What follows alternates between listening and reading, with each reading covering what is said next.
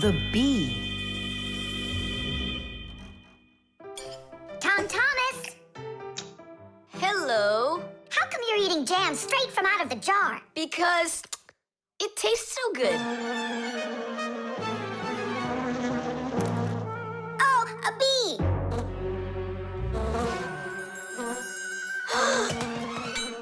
Shoo! Get out of here! Leave it alone! It's just a plain old bee! Well, I was bitten by one of those plain old bees once.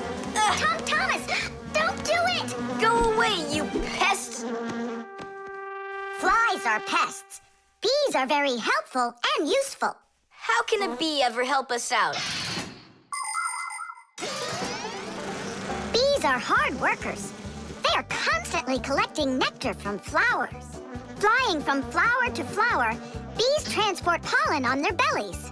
Thanks to this process of pollination, flowers produce fruit and seeds. In other words, bees help plants reproduce.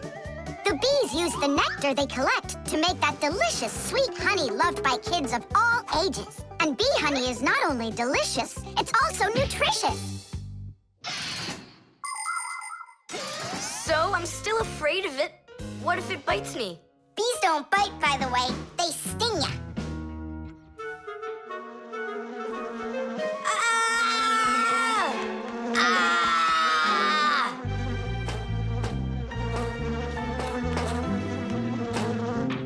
Well, now I'm gonna show ya. Don't! The bee's the one who should be afraid. You tyrant. Yeah, you let it go, tyrant. Why are you calling me names? Who's stopping her? She can fly away if she wants.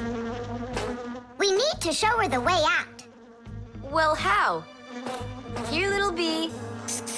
Fly this way. Why don't you try going? Then what can I say?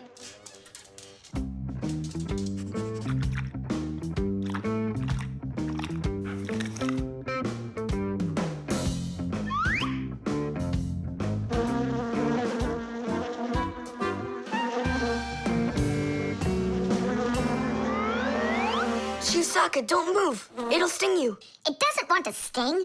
Both of you like to eat sweets. You like eating jam, and so does the bee. Why don't you carry Chewsocka to the window? Go on, fly.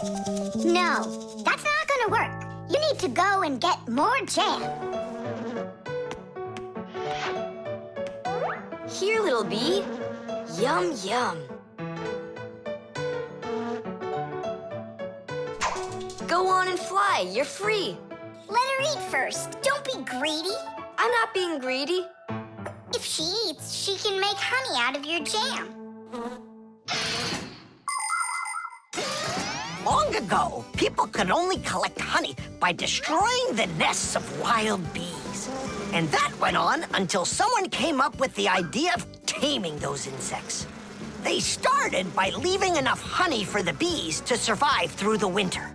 People took care of bees in these hollows until they learned to build small houses for them called beehives. And a town made of these bee houses is called an apiary.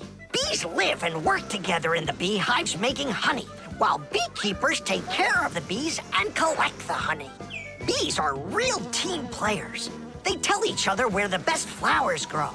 Do you know how they do it? One of the bees does a dance, and then the rest of the bees watch the dance and learn where they need to fly. You poor thing. Tom Thomas tired you out.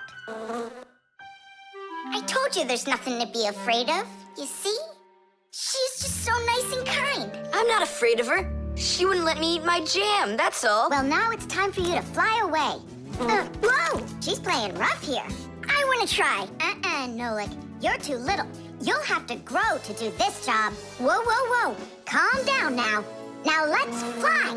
Hey, Simka, the window's back there. I can see that without you. So how can I get you to turn around? Cool. Hooray! She's listening to me. Phew! Woohoo! Don't miss the window. Now! So long, honeybee! Tidish! What for? Bring it here.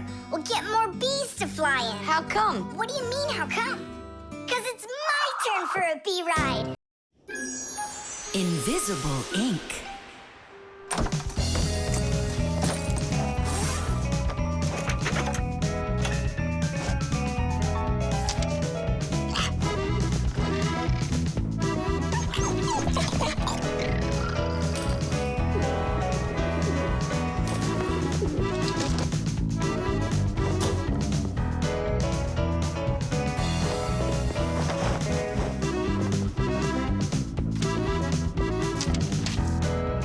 To Tom Thomas. What is it? A note? Who's it from? It's from no one. Ah, is this no one a girl? Hey, tell us, what did she write to you? I don't know. Well, then let's take a look at it. No way. It's a secret. Even from your friends. Mm-hmm. Come on, we're not just your friends. We're secret friends. And you won't tell anyone? Nobody. We promise. Are you gonna open that thing or not? Huh, there's nothing there. Is this a joke or something? Maybe she didn't feel like writing you anything. Then why would she put a note in there? Wait a second. And what if she wrote that letter with a special kind of invisible ink? Wow, I've never heard of it. If you want to keep what's written in a letter secret, you can write it with a special liquid called invisible ink or security ink. You can make invisible ink yourself by mixing lemon juice, milk, or baking soda with water. Then just dip a stick or a brush in it and write on a plain piece of paper, like this. You can't see anything, right? To make the invisible ink visible again, the paper needs to be warmed up with something like an iron. But that's a secret. Well, Simka, you might be right. Only what about the iron? I can't use it. But your mom can, and right now she's doing the ironing. Yeah? Well, that changes everything. Hold on! If that really is a secret letter, then no one should be allowed to see it. Even your mother. What can I do then? Ah, I know what.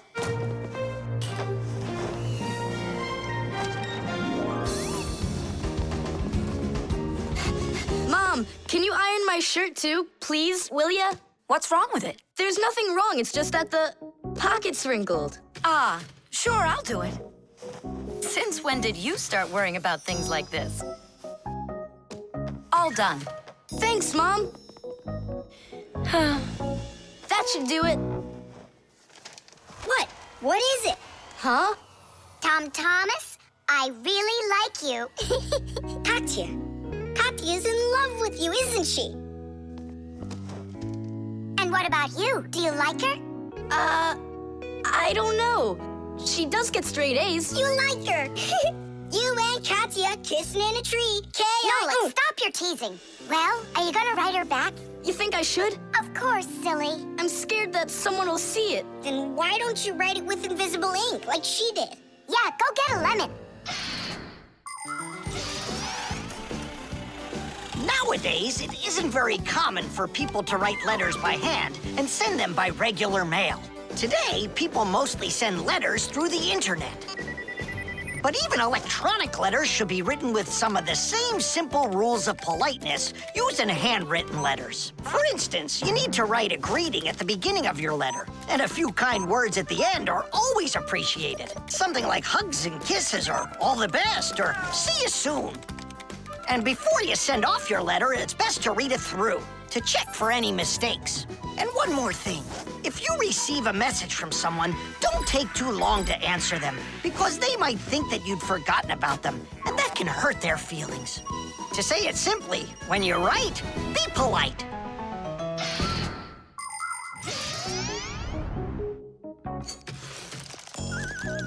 Go on, write.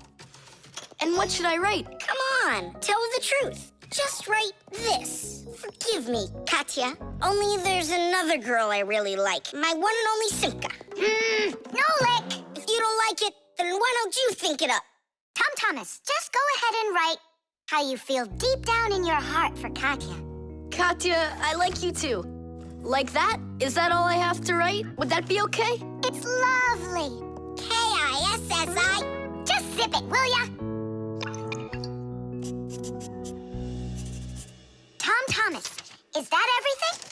And did you make sure to check that you didn't make any mistakes? No, but I'll check right now. Huh. All the words disappeared. Well, if there's something wrong, only Katya will find it. The talking doll. Well then, now you know what you need to do to fix it.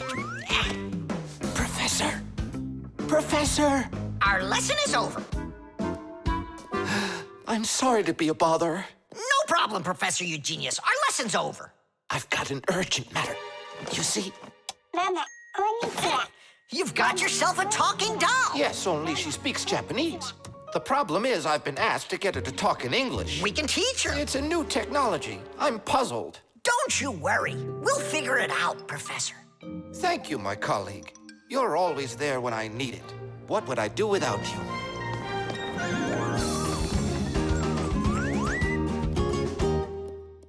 Professor, can you tell us how toys talk? Not now, children. We'll learn about the doll tomorrow. Now it's time to go home.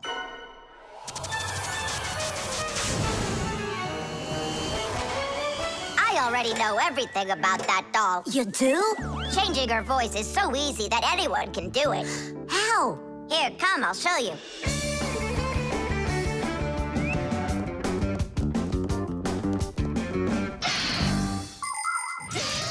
Early talking dolls used to work with a noisemaker inside. When the doll was turned over, air inside the noisemaker got pushed through a squeaker at the end of it, making a noise that sounded like the word mama. Mama.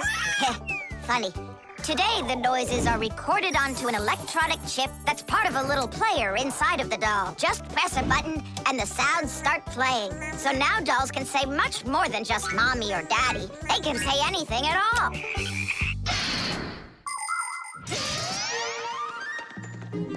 Well, here's the chip. This is where the recording of the doll's voice is. That's awesome. Can you re-record the voice on there? Well, yeah. Okay, I gotta go. See ya. Wait, Nolik, I thought of a really funny joke to pull.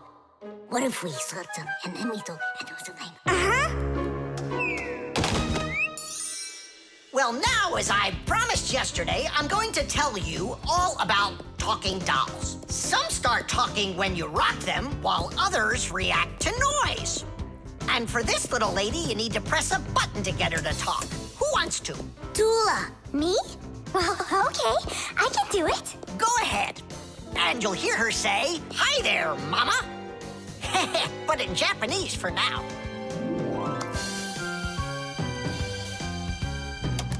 Tula. Is that Japanese for hi there? Tula! Why are you hiding a picture of Digit in your packer mat? How could she ever know that? Maybe you're in love? That doll is alive! They call that joking. I just thought of a better joke that we can play. Yeah. What? Tula, don't cry. She's not alive. She is alive. I'll tell you who did this horrible thing. It was Fire and Nolik. It's true, but now the joke will be on them. How? It's easy. All we gotta do is go. The smartest Fixie in our class is Digit. Sometimes I think that he knows everything about everything. Professor Grandpus has a lot of respect for him. Digit's always in thought whenever you see him, and he doesn't like when anyone distracts him. He just has no time for fooling around with the other boys. Digit prefers to solve problems using his brains and not his muscles. That's why he can have a tough time in gym class. But he's so sweet that it makes you want to help him. To tell you the truth, Digit isn't always great fixing things with his own hands. But no one understands technology better than he does. If something breaks, Digit can always figure out exactly what's wrong with it and the very best way to fix it.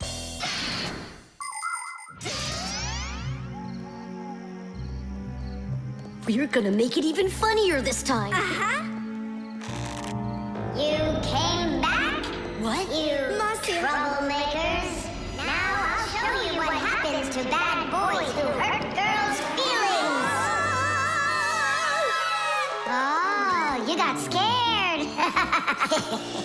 Who's crying now, huh? They probably thought that the doll came to life. You know what, Digit? I just started thinking that it might be better if she were alive. You know, Tula, you sure are hard to please.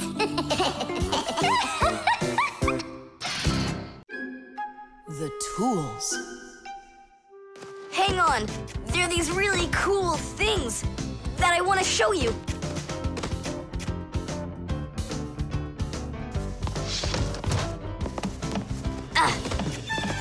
Whoa!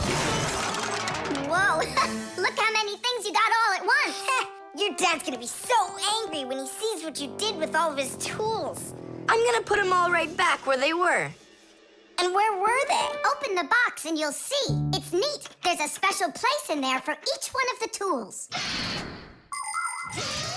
Try hammering in a nail or drilling a hole with your bare hands. Uh-huh, there's no way. But with the help of the proper tools, it's a piece of cake. But of course, that's only if you know how to use them. Tools need proper care. If the head of a hammer is loose or a drill is dull, then you shouldn't work with them. It's dangerous. And when you're done working, put the tools back in their places, or you'll be tearing your house apart trying to find them the next time you need them. Huh. The pincers go here, and the wrench goes over there. This drill bit's too long for this spot. Let's see if it fits in this one. Huh. Any idea what this tool is for? For splitting wood or carving stone, that chisels what you want to own. Wow, Simka, you're a real poet. Now try to answer this little poem. When you have a thing to measure, this round tool is quite a treasure.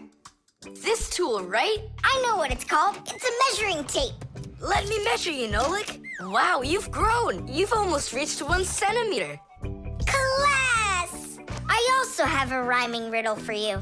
What bangs a nail into the wall to make sure pictures never fall? A hammer! I was first. And the hammer goes right here. And now I have one for you to guess. If you need to screw in screws, here's the tool that you should use. A screwdriver! I was first, again. You got it right. All right, Tom Thomas, we better hurry. We still have a lot of tools here to get sorted out. Humans, just like Fixies, use hundreds of different tools to do their work. Picking the right one depends on the task at hand. For instance, if you need to hammer in a nail, use a hammer. But you don't use a hammer for a screw. For that, there's a special tool called a screwdriver. A wrench is the tool for tightening nuts and bolts. A vise is used to hold a part in place, and a drill to drill a hole. If you need to cut a piece of wood, you should choose a saw. You could use a handsaw, for example, or a hacksaw. Different kinds of pliers can be used for snipping, gripping, or bending. If you need to smooth something down, you use a file.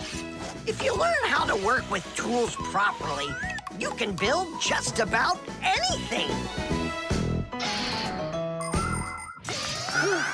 Looks like we did it, just in time. Oh, and how about this? Do you know what kind of tool that is? I don't know. There's no place for it in here. Just throw it out. Come on. And what if my parents use it? Looks like we did something wrong here. My dad came home. Tom Thomas! I'm in here. Hi there. Reading. Way to go, son. Huh? Oh! I don't get it. Where is it? What? I put a piece of metal under the table leg so it wouldn't shake, but it disappeared. So that's where the tools place is. Did you take it? What? I didn't. It must be somewhere under the table. And you look under the sofa. All right.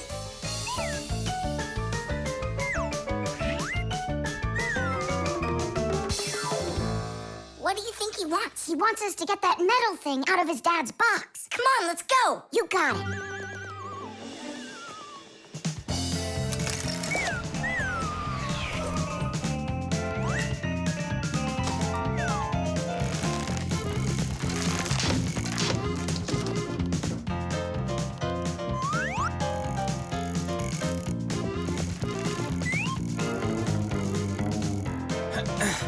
Any luck?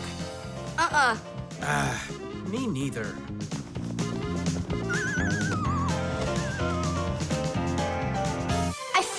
Dad.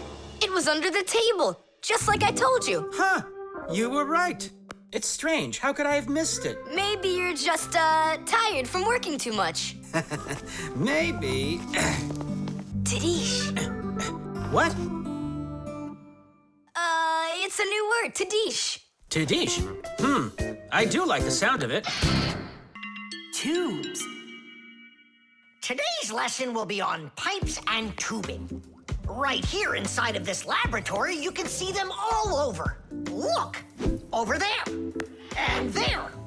Some more over there, and there's another one. So, who can tell me some different uses for tubes? Digit. They're used in plumbing to carry the water. Nolik, in school we don't give an answer without being called on. Digit. You can. And for carrying waste. I am talking to Digit now. Gas goes through pipes too. Stop interrupting us. And don't forget about smoke in a smokestack. Nolik, that's just rude behavior. Out right now.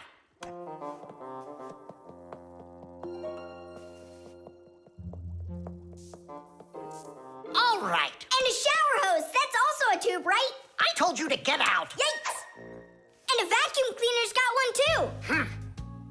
And those spyglasses that pirates use when they're sailing. Hey, what do you say we all go and sneak out of here? Great idea. Let him call out to himself. Shh. And a trumpet's a tube that you blow through.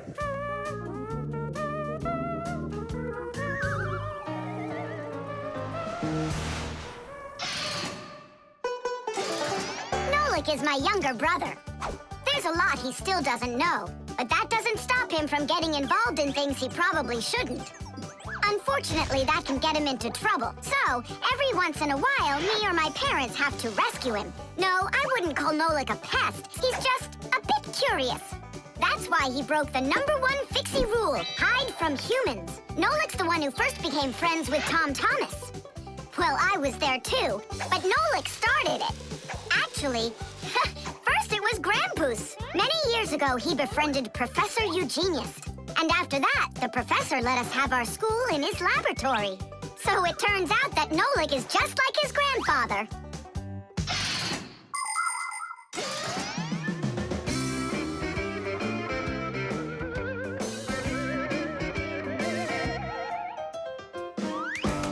Digit, go on then. Tubes are, Wow! Just look at all the tubes in here.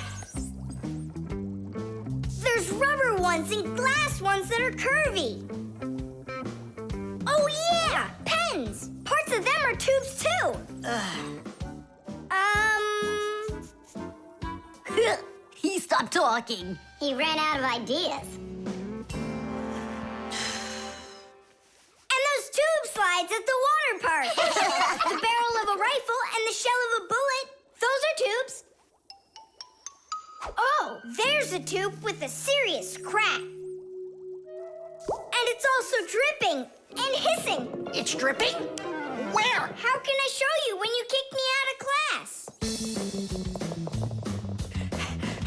What's going on? Take a look. That tube up there is leaking. That's acid dripping out. Is that dangerous? It's awful. Any second now, it'll explode.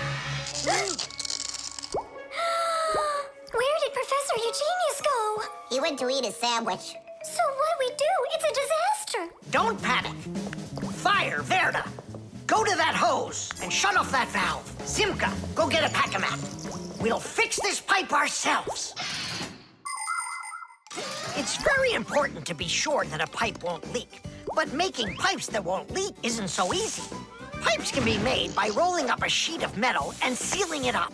Unfortunately, the seam can break, and that's why people have figured out how to make pipes without seams. They do it by stretching out hot metal on special machines. And PVC pipes are squeezed out of hot plastic like pasta. When the plastic is cooled down, it hardens into a pipe. We fixed it just in time. Nolik, way to go there. Hey, Simka, where is he? Don't know. He finally left. Here I am. Nolik, I want to thank you for being alert, and I'd like you to join our class. Tadish! Only don't forget, in my class, students cannot answer unless they're called on. Now then, pipes and tubing. Digit, please continue. Well? But Nolik said all of them already. Nolik. Not all. A straw for drinking a shake is a tube, and some noodles are tubes made out of dough. And what's it called? That thing. A hole in a mountain. Wait a second, I'll get it. A volcano. That's not it. They go this way. I mean the kind that go like that. Heh, they're tunnels. You got it. Well done there. Yeah. The armor. 23, 24, 25. Ready or not, here we come. I heard him. He ran into the hallway. You check the kitchen, Nolik, and I'll check the living room.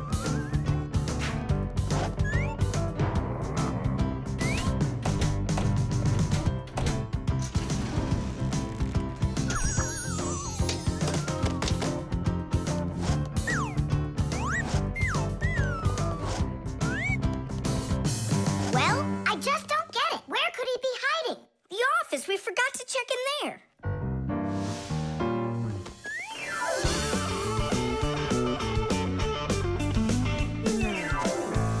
There's nowhere in here for him to hide. Inside the shark.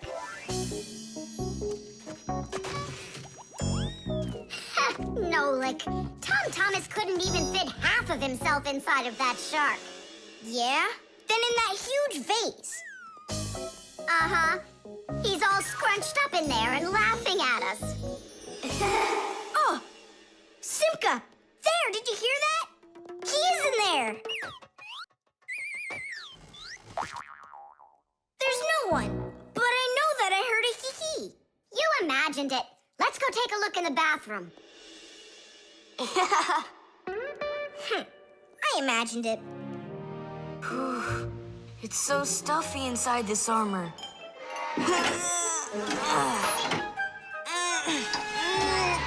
The arms got stuck.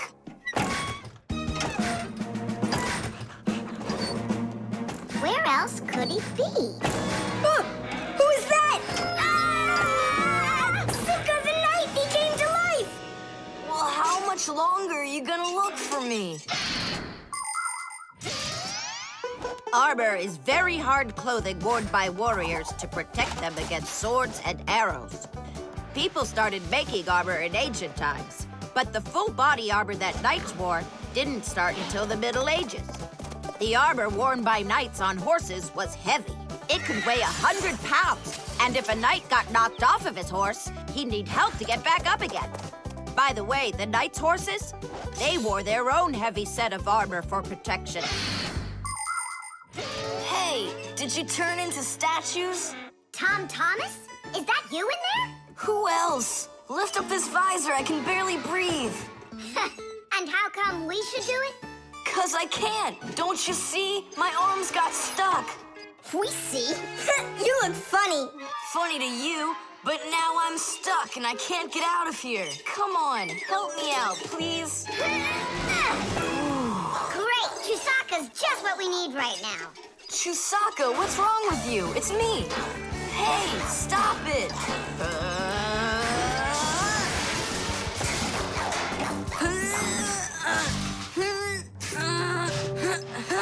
Help, I can't get up. Come on, let's undo the latches, Nolik, quickly.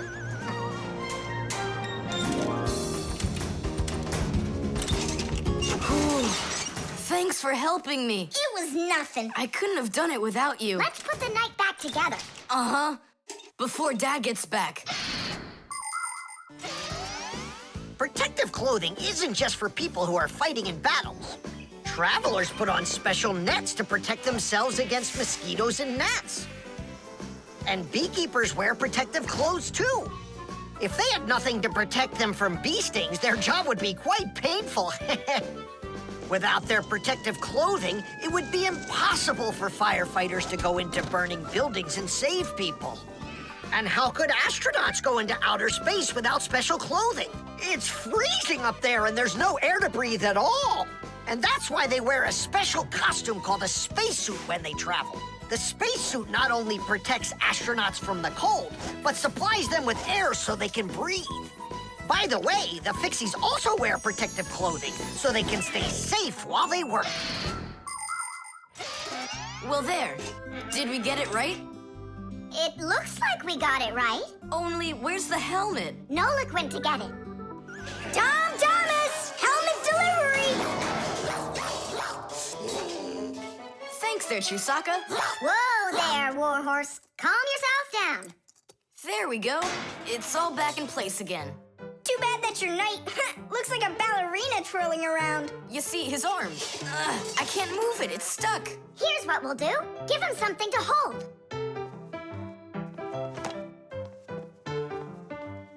Well, how's that look?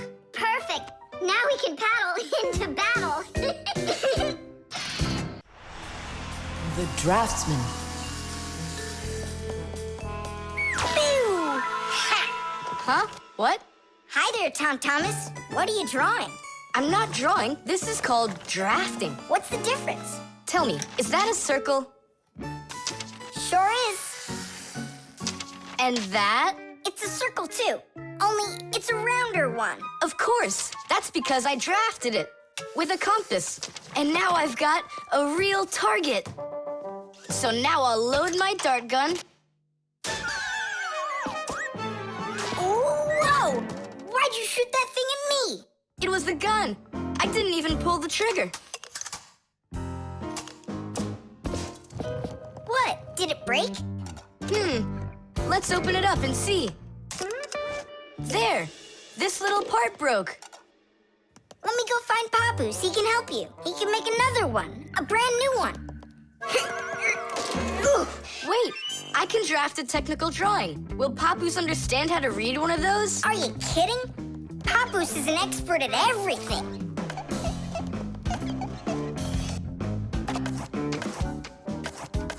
Done.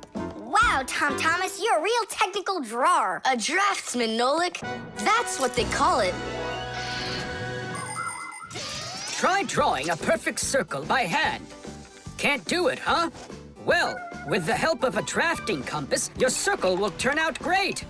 Just put the needle point in the center and turn the compass, and it's done. A compass is only one of the many different tools for drafting. For example, if you need to draw a straight line, use a ruler. And if you need to draft a frame for your picture, you can use a triangle. First draft one side, and then the other. And then to finish your frame, just turn the triangle upside down and draft the two remaining sides. You'll get a perfectly squared frame. There are also drafting instruments for making curved lines. They are called irregular curves, or French curves. But actually, now people use computers more and more for drafting technical drawings. Papoose! Huh? What happened? We really need your help. One of the parts broke in Tom Thomas's dart gun. Could you make it? What kind of part exactly? Look, here's a technical drawing. So, you even got a technical drawing. Very good then, let's take a look at it.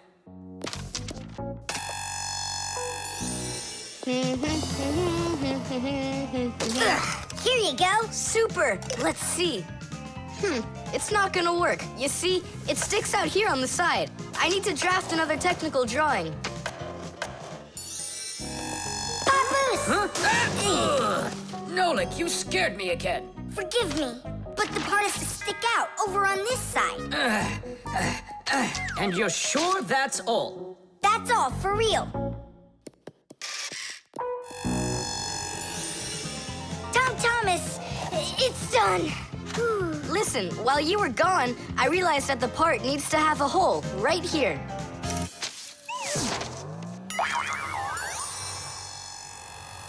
Papoose? Again? Sorry about this, but there's a hole in this thing, too. A technical drawing is a special kind of drawing. It has to precisely describe the thing that needs to be made. To do that, the drawing must be very accurately drafted and include all of the measurements. And that's not all. If the object is complex, it must be drafted from at least 3 sides, including the front, the side, and the top. You see? The object looks different from every side. So if you don't want to work over and over again, learn to draft correctly.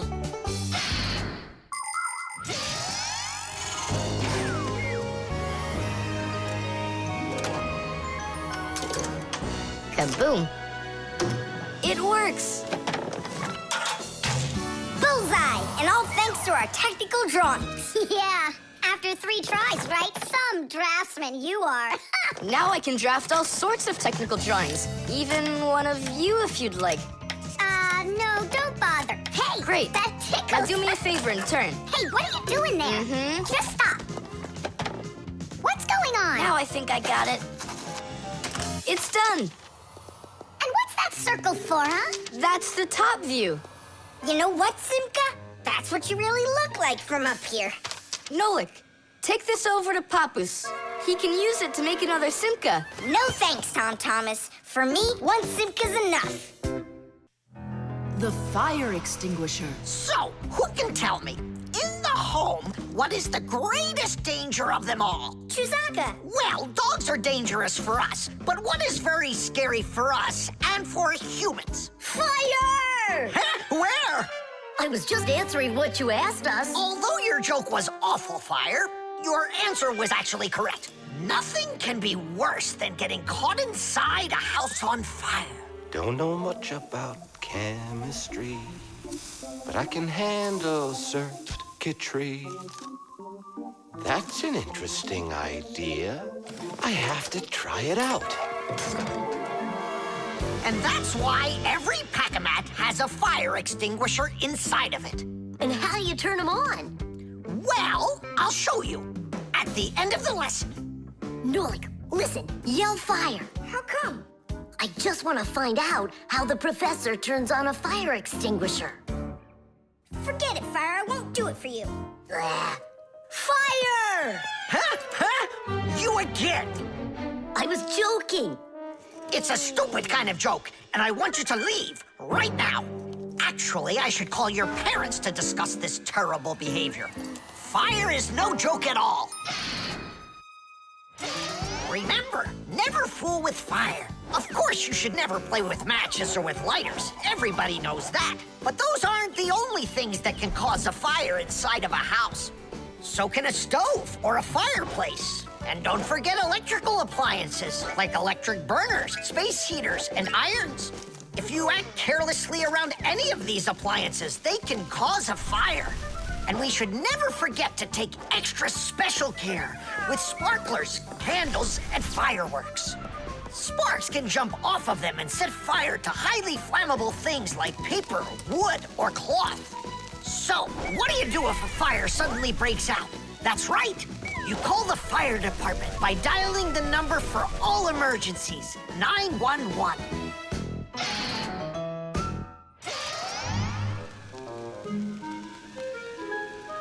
Huh? What's going on? No way. No way! Fire? It's burning for real! Fire! What do I do? Oh yeah! I need a fire extinguisher!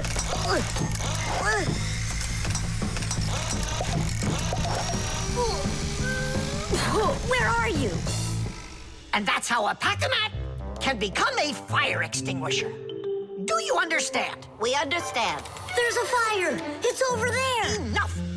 You don't know when to stop fire? I'm not joking this time! Please believe me, it's there! Nice try, Fire. Oh, look, he even used smoke this time. No, Simka. That smoke's from a fire. Uh-huh. I'm sure that this time it's for real. It's the truth. I swear I'm not lying. This time I think it's true. He's not joking. We've got ourselves a real fire here. Tula, Simka, turn off the soldering iron. Uh-huh. Got it. Be careful, kids. You have to stay back here away from the fire. And what can I do to help? Take out your fire extinguisher.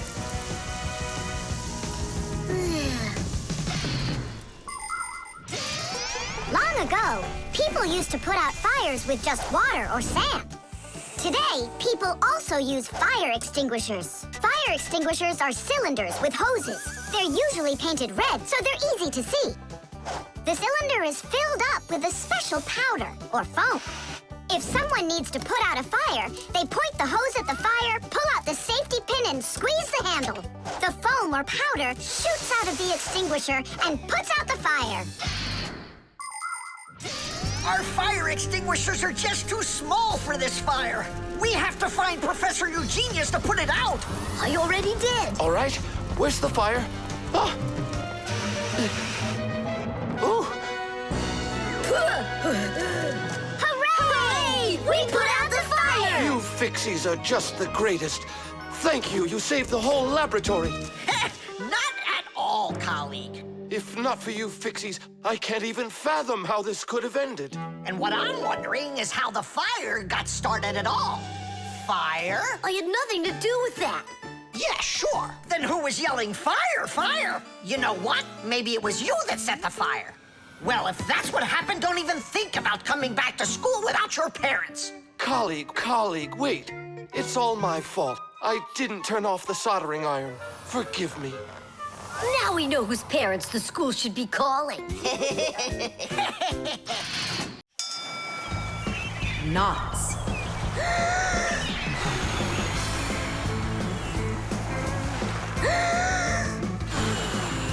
Nolik, there are pirates off the starboard side. Battery, fire! Hey, I'm not a pirate. Why'd you hit me? That's it. I'm tired of playing the wind. Where are my pirates? This looks great. Can I board your ship? And what are your skills? Tons, like protecting the ship and yelling hooray when we win. And how about good sea knots? Can you tie them? Of course I can tie them. Then tie up our treasure. And make sure it's good and tight. Pirates, prepare to attack! I got it. Whoa! That's done. Good enough. Hooray! It's good and tight. Now can you survive a storm? Without a doubt.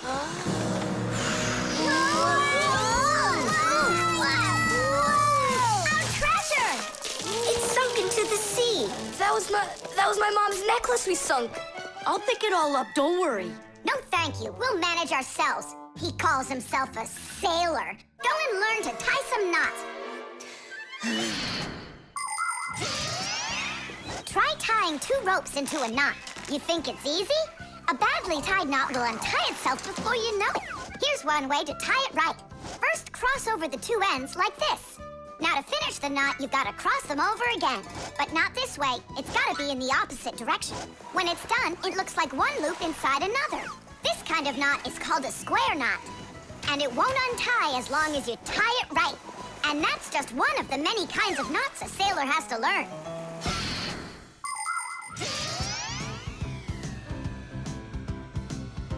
Oh! Okay. I knew I could tie it. Now what else is there to practice on around here? I found some more of our treasure. Here's another one. That's 19, but we're supposed to have 20. I know it because I'd counted our treasure. So what happened to the last one? Well done there. So what else could I tie? Perfect. I even remember what it looks like. It's a different color. It's a bright red one. Oh, Mom's gonna notice right away that the red one's gone. I gotta go find it. Yeah, I think it's on the floor. Who tied my laces together? I was just practicing, sorry. And what else did you tie up to practice your knots? Not sure you want to know. You're funny. Let's go untie them.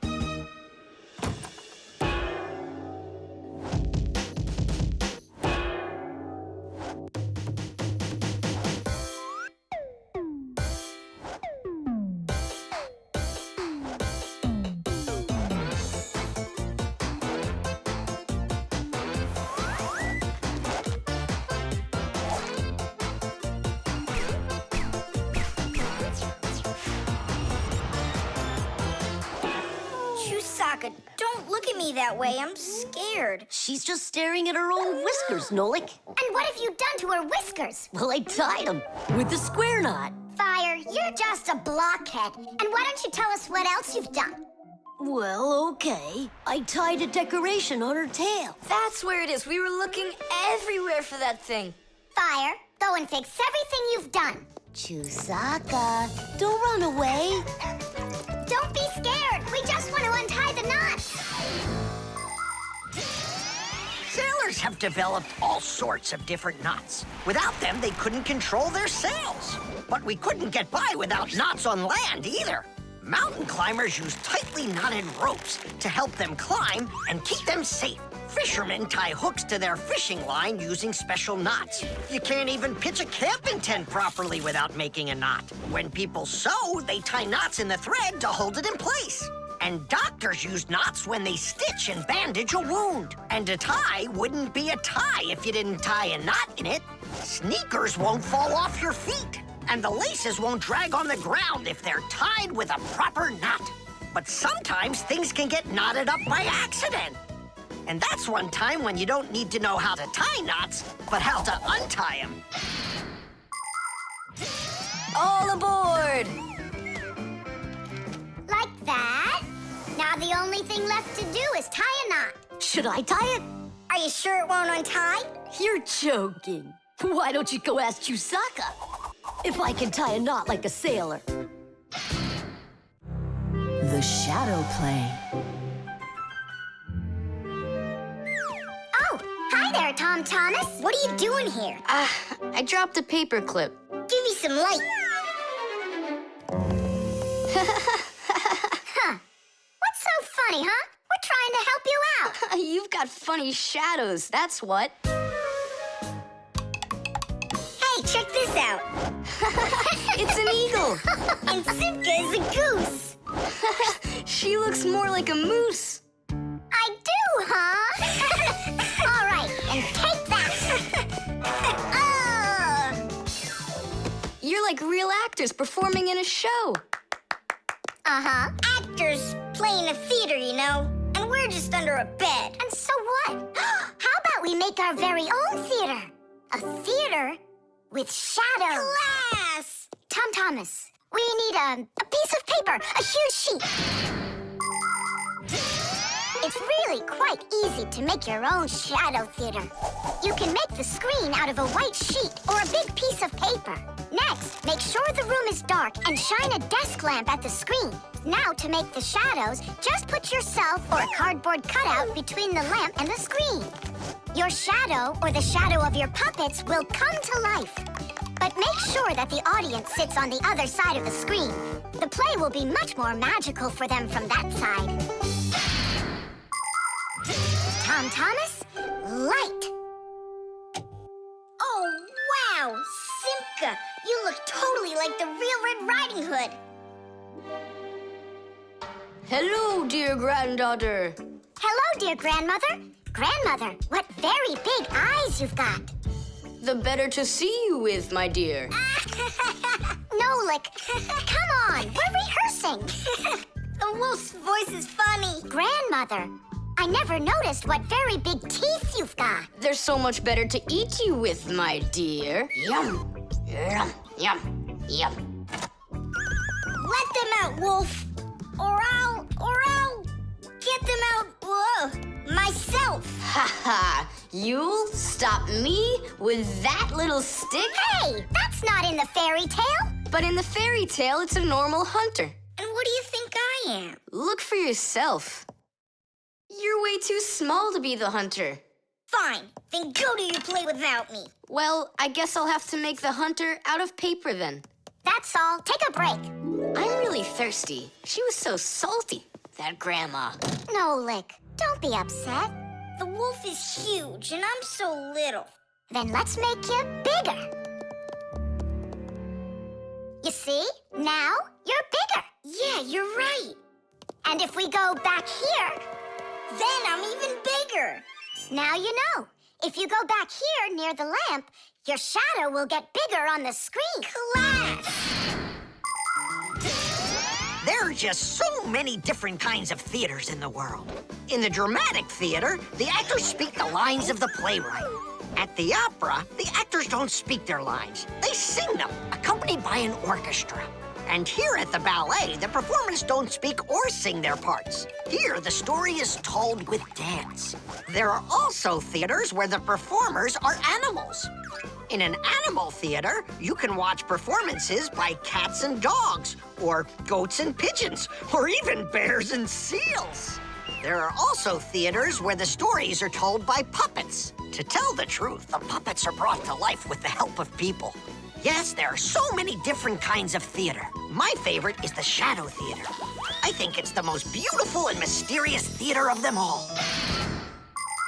Hello, dear grandmother. Grandmother, what very big eyes you've got. The better to see you with, my dear. And grandmother, what great big sharp teeth you've got. Oh, the better to eat you up with, my dear. Ooh, just wait. Aha, Wolf, I've got you. The hunter looks so strong. You're a hunter? Then where's your gun? Why do I need a gun? You're so tiny I could use a fly swatter.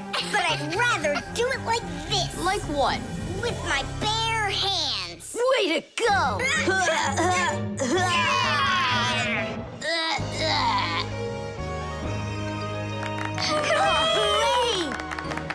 Splendid. Who was your favorite? Mine was the grandmother.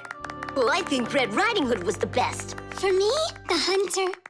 He was so mighty and so fearless. And for me, the special effects. The baby monitor.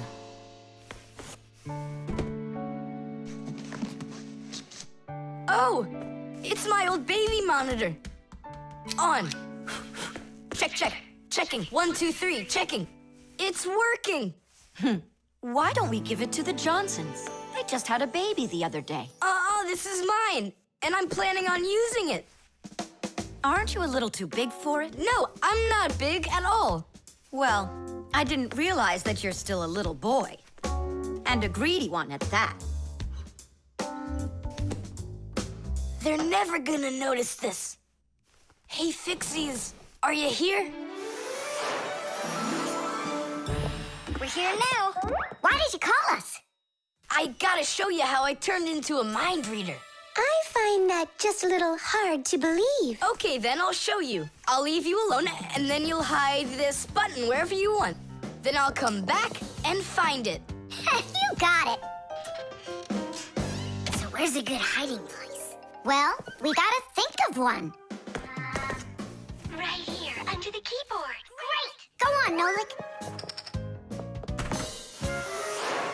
Come on in. We're ready for you. And now, I'm going to read your thoughts. Here I go. You hid the button here. Look! Ta-da! He really does read minds. Oh, that was a lucky guess. Bet you can't do it again. Well, I bet you I can. We're gonna have to be sneakier. Verda, she's the most beautiful girl in our class. She knows it, too, and doesn't hesitate to use it. She can even be a bit sneaky, like when she needs help with her homework. Then Digit suddenly becomes her best friend. But if she doesn't want to carry her pack-a-mat, she'll say, "Fire, please help me. You're just such a strong Fixie." But all us boys like her just the same. Digit does, and Nolik does, and I guess I do, too. Although, I really like Simka more. Or maybe Verda. Or both of them. I haven't decided yet. Verda can be difficult and even bossy sometimes. But one thing I know for sure, Verda's a good friend. A friend that'll always come help. Well, that is if she's able to pry herself away from the mirror. I think that we should throw it down into this pencil cup. But then we concentrate on another place. That is good, but it won't work, Fixies. Come on in.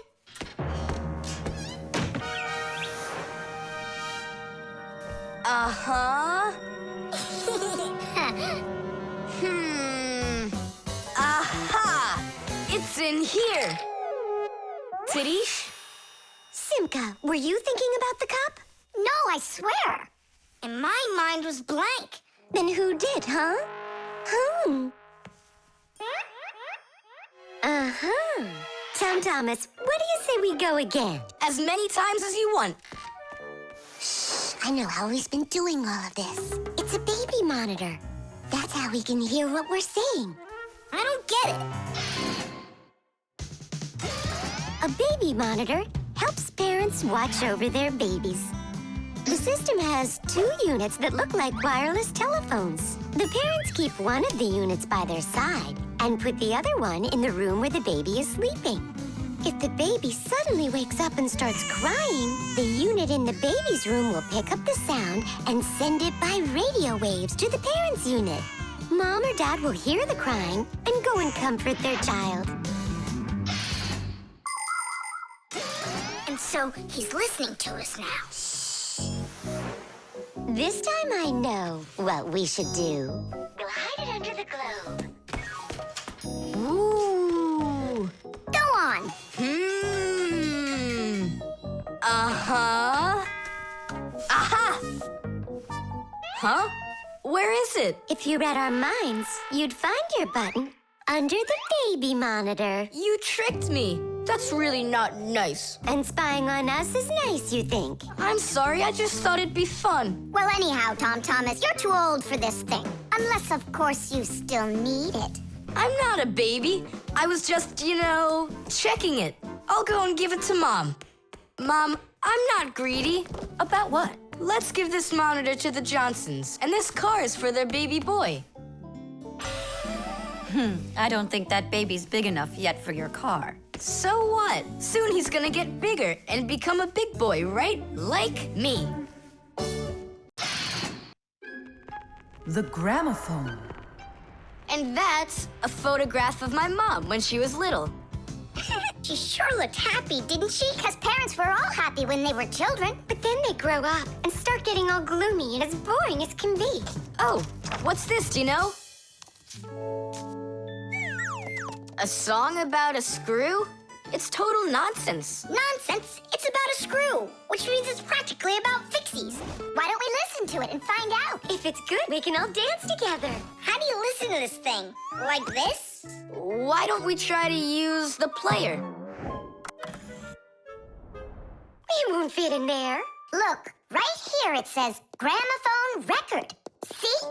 So we need to find a gramophone player. Find what? Let's go to Grandpa's. Grandpa's, we found a song about a screw we want to hear. We're looking for a player for a gramophone record. Ah, I understand. What you need is a gramophone. A gramophone is an old appliance that was made for playing back sound that was recorded onto records. If you want to turn on a gramophone, you need to turn the handle to wind up its spring. The spring makes the record spin. Then a needle is placed on top of the record, and as it moves through the groove on the record, it shakes a little, which makes a diaphragm, a sort of mini drum skin, start to vibrate. The big horn of the gramophone then makes the sound louder, and we hear a voice or music. The most amazing thing is that a gramophone doesn't have an electric motor or any electronics. That's right. You don't need electricity for a gramophone to play back the sound that's recorded on a record. That's because a gramophone is an entirely mechanical wonder. If you want to know, there is a gramophone in the office of Tom Thomas's dad. It's on the desk. Great, let's go. Thanks would be nice.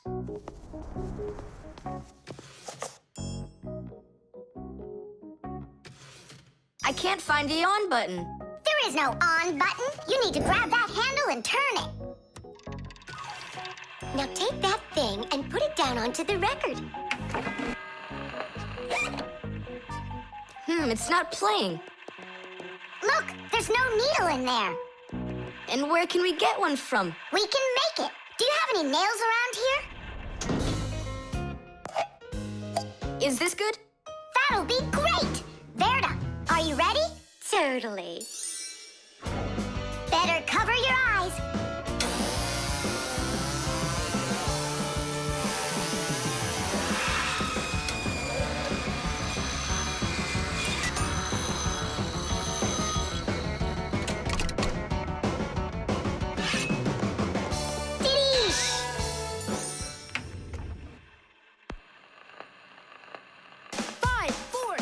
working, listen. A little screw went for a run, and now without this little part, everything just falls apart. If you think a screw is nothing, take it out, but just beware. Everything will break without them, with no little screws in there.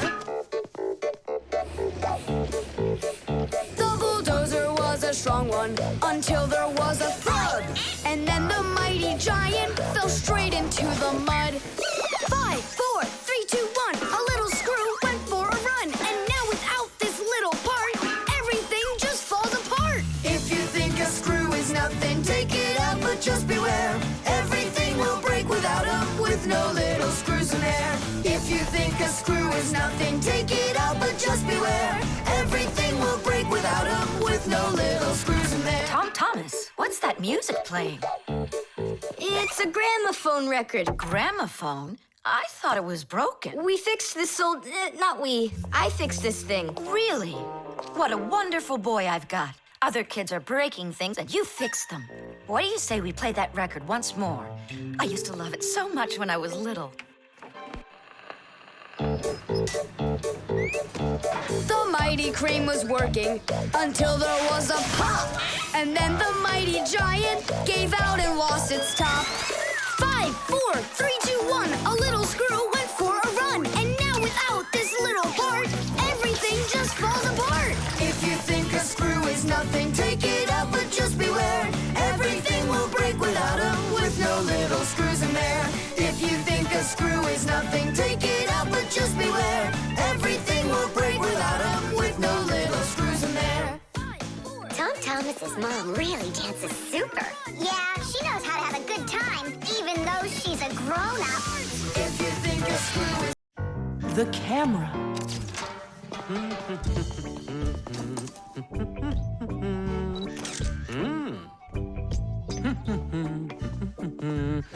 Stop right there and let me see how pretty you look today. Well, just don't tell that to the elevator. Bye-bye. Check it out, Nolik. Class, huh? You're not gonna get in trouble for doing that? No. My dad gave me permission to take a few pictures with this camera. No, I mean the picture. You're sure that your mom and dad will like that you took it without asking for permission? But look, what a good picture. You know what, Tom Thomas? You're like a regular paparazzi or something. Paparazzi? They're the ones that take one photo and get millions, aren't they? You're right. And don't care about anyone except their photo paparazzis. Did you ever wonder how a photo camera works? Let's say you want to take a picture of nature. The light that's outside goes into the camera's lens. That's the glass eye on the front of the camera. The lens takes the light from the scene outside the camera and turns it into a tiny picture that's inside the camera. Then the picture is recorded onto a special electronic sensor called a matrix that's sensitive to light. Click, and there's your photo. What a great idea. Now I know. I'm going to be a paparazzi. Hey, what about your promise? What promise? To never take a picture of us. We're a secret. Stop. Hey, relax. I'll delete them all later. Tom Thomas, stop this right now. I won't until I get a photo of you. Nolik, let's run. You can't run from me.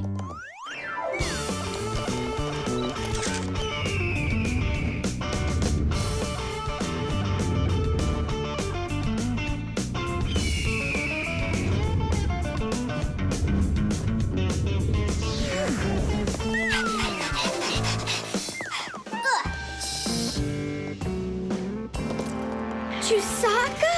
Aha! I've gotcha! The story of the century.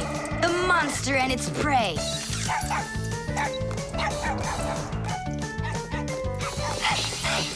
Tom Thomas! Help! No, he won't help, because he's a paparazzi.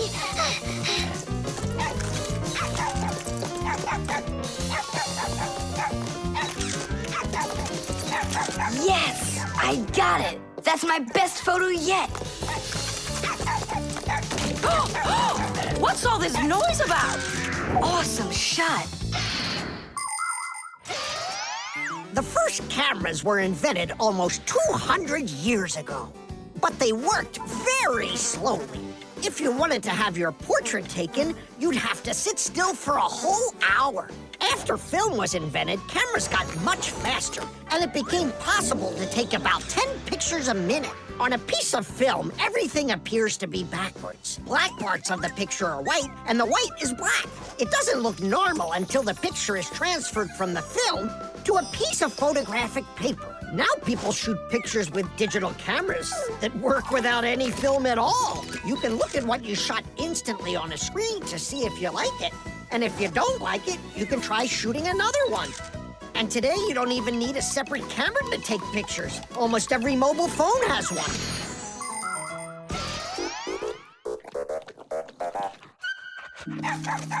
Simka and Nolik, are you in there? Hey, come out. I'll stop shooting photos of you. Aren't we friends? I'm sorry, guys. Well, your friends were almost eaten alive by a dog. Please forgive me. Want to look at the photos I took? Sure, go on, show us what you got. We're not in that shot. We're not there either. Ha! Well done there, paparazzi. Hang on a sec. I still got another one, and you're in it. I know for sure. Look. I'm zooming in. It's impossible. I don't believe it. It's possible. But when did you have time to turn into screws? The same time you were pushing the button. When we're scared, we can change faster than the blink of an eye. You lost. Paparazzi. And what are you gonna do with your millions, Mr. Paparazzi? Would you please stop calling me that?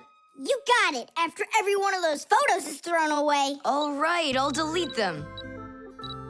And do I have to delete this one too? No, keep it. It's a great shot. I never even saw you take it.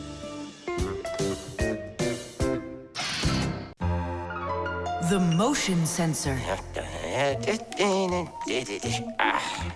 This part has to be replaced with one that's new. I've got an idea. How about we run to the warehouse and get it? You don't have time to go there. And that way you can keep on working. All right, then. Only remember the code for the part. A8375. I'll remember it for sure.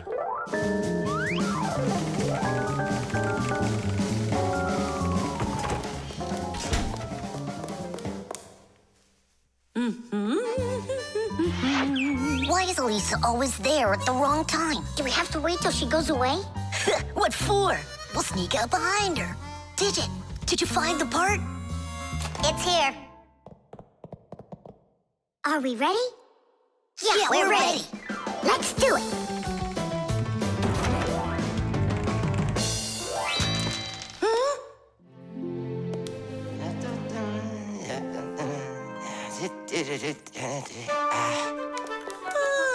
Professor Eugenius, you're in here. Do you know why this door just opened? And closed by itself? Of course I know, Elisa.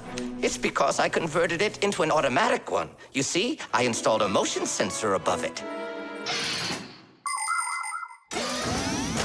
A motion sensor is like an electronic eye that watches everything that moves in front of it. Did you ever wonder how doors open by themselves at places like stores or at the airport? They open with the help of motion sensors. If the sensor sees that someone walks up to the door, it sends a signal to the door's electric motor. The electric motor opens the door and then automatically closes it after the person walks through it.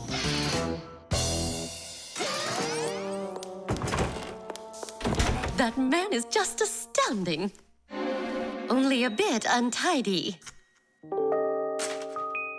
The door is automatic now? Then why didn't it open for us on the way here? Because we're too little for that motion sensor. But the part's bigger than we are. Big enough for the sensor to see it. Then how do we get in there? We can fool that thing if we stay close by the wall. Now let's keep this as close to the wall as we can.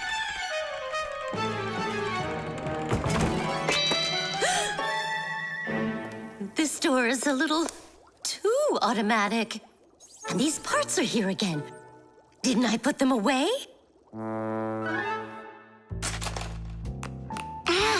The sensor still noticed us. Here's what we gotta do. Let's break it. Why do we gotta break it? All we have to do is deactivate the unit. Sensors are used to help people in all sorts of different situations. For instance, motion sensors notice when someone is moving so they can automatically open a door or turn on a light. Some automobiles are equipped with rain sensors. If it starts raining or snowing, the sensor automatically turns on the car's windshield wipers. There are also sensors that react to how much light there is. In the evening, when it gets dark, light sensors can be used to turn on street lamps. And in the morning, when it gets light again, the sensor switches them off. A smoke detector can sense when there's smoke inside. The sensor can be used to turn on a fire alarm or even an automatic fire extinguishing system.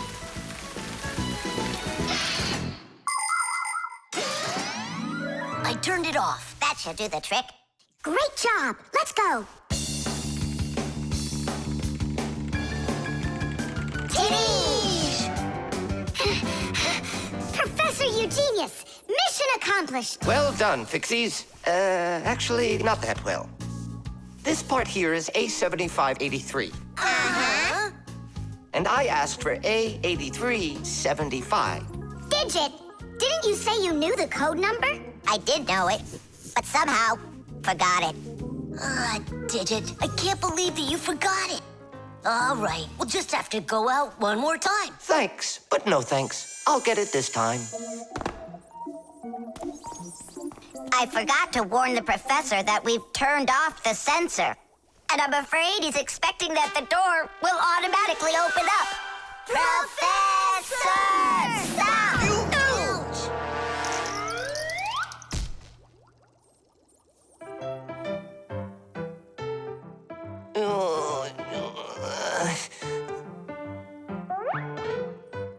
Forgive us, we didn't mean it.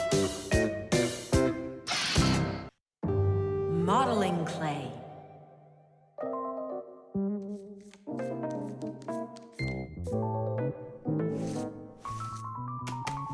All done. Simka, take a look. I've got my own pack-a-mat. Now look at that, a pack-a-mat made out of modeling clay. But this one's my own, and it looks just like a real one. Okay, you're right, it really does, Nolik. Simka, Nolik, what's up? Hi there, Fire. Want to play some tag with me? I really wish I could play tag, but unlike you, I've got tons of work. Yeah, like what? Well, a bathroom hook fell down. Tom Thomas broke the lamp on his desk. The aquarium has a tube that's leaking. So go and play. I have to get a pack-a-mat. Oh. I wish I could play tag. Hold on. Nolik, you've got a pack-a-mat. Uh-huh. Although I gotta say, it looks a little strange. That's because it's... Let's fix everything before Simka with your pack-a-mat and my Fixie board. This'll be great.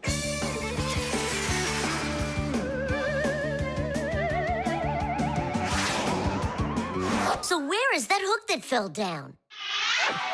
All right. Nolik, get out some sticky stuff. From where?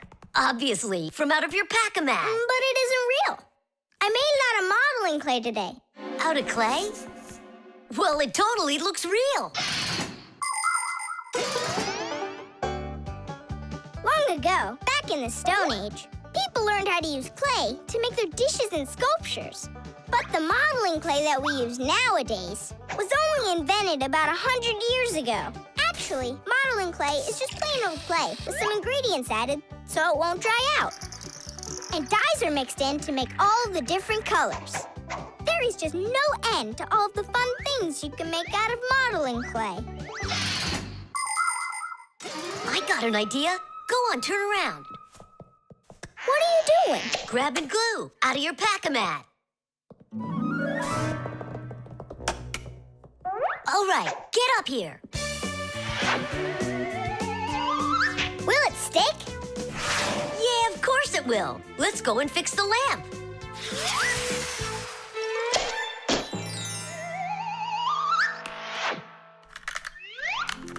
We can't fix this without a real pack-a-mat. Yours will work just fine.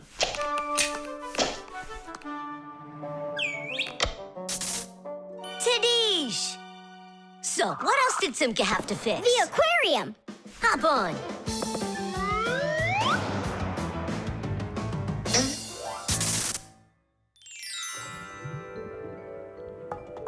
Well, where's that leaky tube? Here, it's leaking at the joint. Yeah, this tube is gonna need a lot of modeling clay. Give me the rest of your pack-a-mat. Sure. And here's a souvenir. They're all done. What's all done? We already fixed everything. And what did you fix it with? Modeling clay. Ha! Modeling clay isn't gonna hold anything. Well, I say it will. Wanna bet? All right.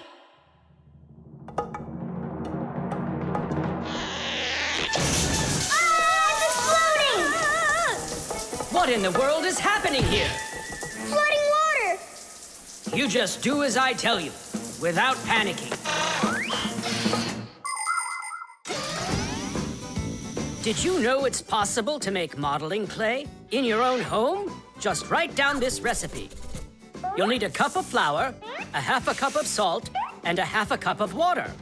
Now, mix the salt with the flour and add the water little by little. Mix it together really well. What are you saying? That it looks just like dough? Well, that's exactly what it is. It's just not for eating. It's way too salty. But you certainly can sculpt things out of it. If you want your modeling clay to be colorful, you can add food coloring or watercolors to it. That's it. Your modeling clay is ready to be sculpted. When you're finished, don't forget to let your figures dry in the sun. That way they'll get nice and hard and last you a very long time.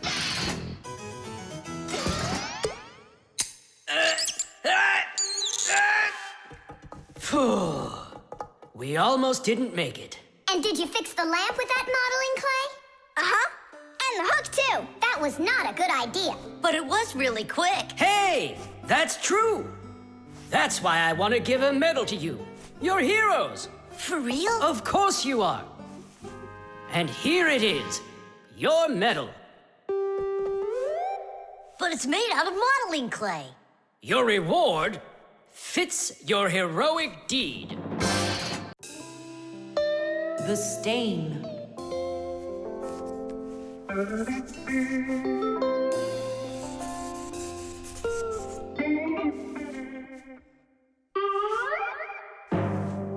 Thomas, what's going on? If you really want to watch TV, then you gotta turn it on first. I'm not watching it, I'm looking at my reflection. I'm working on a self-portrait. And which shelf will you be painting in your shelf portrait? It's not a shelf portrait, it's called a self-portrait. It's when an artist draws or paints a picture of himself. Of himself? Ha! You think you've got muscles like this superhero I see here on this paper? How can I see exactly what my muscles look like? And anyway, let the artist do his work. Thomas, your shirt! There's a spot! Oh no! Wipe it off, quickly! It's even worse, so now what? What we really need is Marcia. Ordinary dirt can be cleaned off with a brush or washed off with water. But there are stains that are not that easy to get rid of. Stains from fruit need to be soaked in hot water first. Blood stains, on the other hand, should never be washed in hot water. You can clean stains from paint or rust as well. Only for those, you'll need to use a special stain remover. But stain removers should only be used with the help of a parent or other adult that knows how to use them safely. Hey, I know a great way to do it. What do you use to get rid of pencil marks? An eraser. Only this shirt isn't paper. And so what? Let's try it. What's the harm? Now I've got 3 colors to get off. New idea. We should paint over it with this correction pen. With whiteout? Yeah! That was a bad idea. Now I got it. You have to use some water.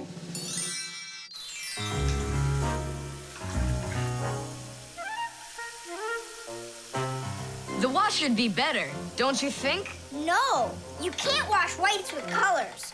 And you've got a white shirt with colors all over it. Then how about if we try some more water? How much more can you use?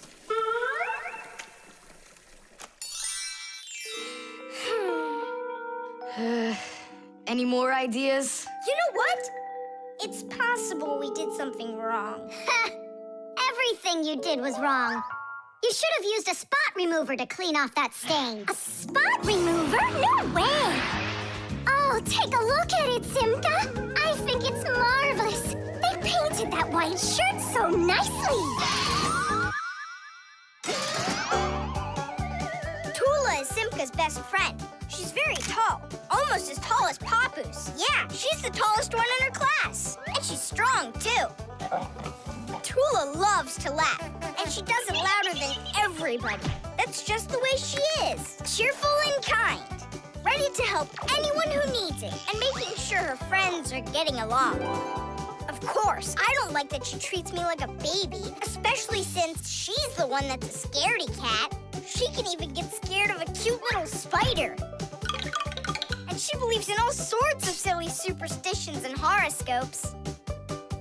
Tula will believe anything you tell her, which is really great because it makes it so easy to play tricks on her. But she takes it all in good fun. That's because she's Tula. It was on purpose, wasn't it? Well, yeah. Tom Thomas, no! Your mom will punish you for just one of them. And now you're gonna make more stains? Don't worry, Nolik. I forgot that this is an old shirt, and I'm allowed to get it all dirty if I want. And I tried so hard to clean it. Put another spot there. And over here. One in the middle. And a line over there. Splendid. That looks great. And how about down there? Wow, it's like fireworks. Splendid. There's a name for this style of painting, and properly speaking, it's an abstract painting. They have lots of lines and spots, and everyone sees whatever they want in them.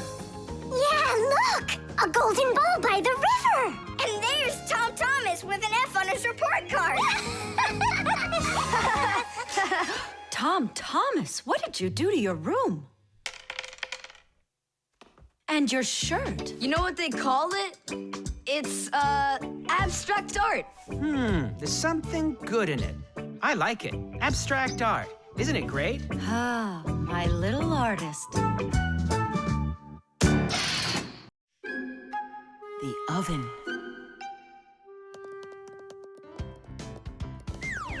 Now here he is, our death-defying acrobat. Nolik, don't! I'm not Nolik, I'm an acrobat. You're going to fall. I'm not going to. I see. Every single time with him, it's the same old story. He gets himself into trouble, and I've got to get him out of it. No, I'm falling. Whoa! Hold on! I'm just joking. Nolik, you're a knucklehead. Simka, Tula, we're down here. Look who's in trouble this time, huh? This isn't funny at all. Need some help? We can manage this ourselves. Right, Tula? Well, all right then. See you later. We gotta get out of here. Tom Thomas's mom is coming. Hide!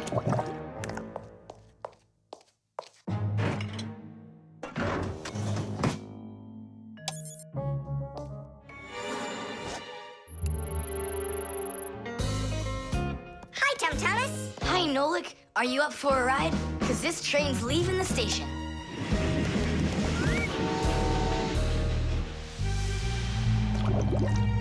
Nice place. It's the oven. It's beautiful in here and not hot at all. Splendid. It isn't hot right now because it only started warming up. An oven is a cabinet with a heater.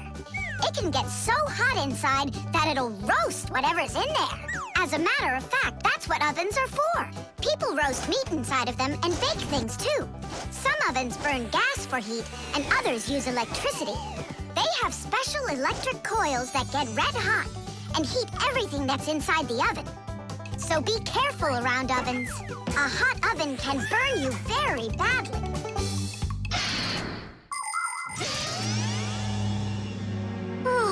It really is getting so hot. We gotta get out oven right away! Simka, we're about to get roasted in here. Yeah, inside of a fresh-baked Fixie cake. I don't want to. You think I do?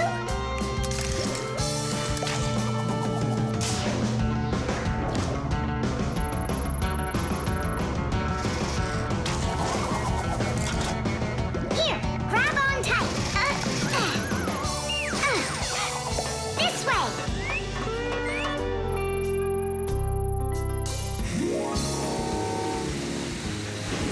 Be careful, you'll fall off.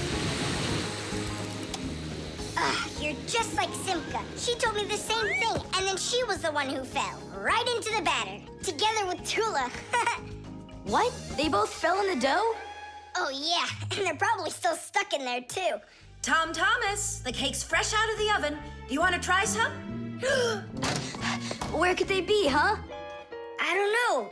Maybe they're inside the cake. They could have turned into screws. We gotta find them. Hey, what are you doing? Eat. Stop playing.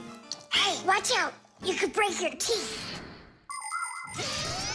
The first ovens in ancient homes were nothing more than simple fire pits where people cooked on hot coals. Later on, the stove was invented. Every house had a stove made out of stone, clay, or cast iron. People would burn wood or coal in them. These stoves produced enough heat to make soup or bake a cake. And then in the 19th century, the gas stove was invented. Gas stoves are much more practical than wood-burning stoves. 1 second and the gas is burning. A few more minutes and the water's boiling. They're very convenient, but they can also be dangerous because if the pipes aren't in good condition, there can be an explosion. Today, there are also stoves and ovens that run with electricity. They use electric heating elements for frying, boiling, or baking foods without fire at all.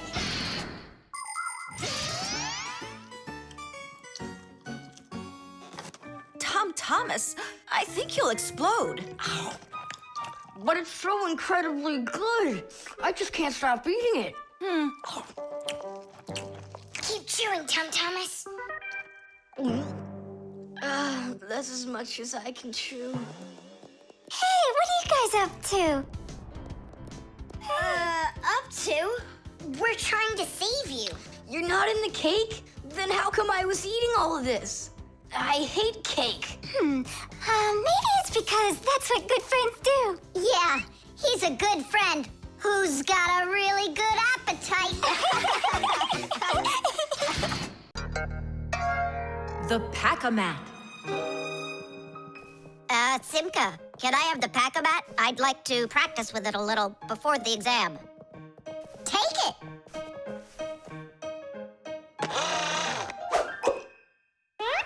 You're really good with that thing. Good. I couldn't be any worse with it. I wanted a vacuum cleaner. Actually, you were pretty close there. You did manage to get the hose at least. This is not at all funny. In order to get a tool out of a Pac-Man, a Fixie must not only press the button on his chest, but he must also clearly picture exactly the tool he needs. By the time they are adults, this is easy for Fixies to do. But while they're children, they must study hard to master this important skill. As Fixies learn about new tools, they take exams to prove they know how they work. And if they pass an exam, the new tool is added to their Pack-A-Mats. And there's no end to what you can find inside. Screwdrivers, hammers, ladders, vacuums, and even soldering irons. But many of the tools that Fixies use look quite different from the ones that humans have. And the reason for this is very simple. It's because Fixies have to fix appliances that are much bigger than they are. I just wish I knew which tool was gonna be on that exam. I got it! You just stay right here. Grandpoos! What? On the exam, which tool are you gonna ask about? It's a secret. It's too bad.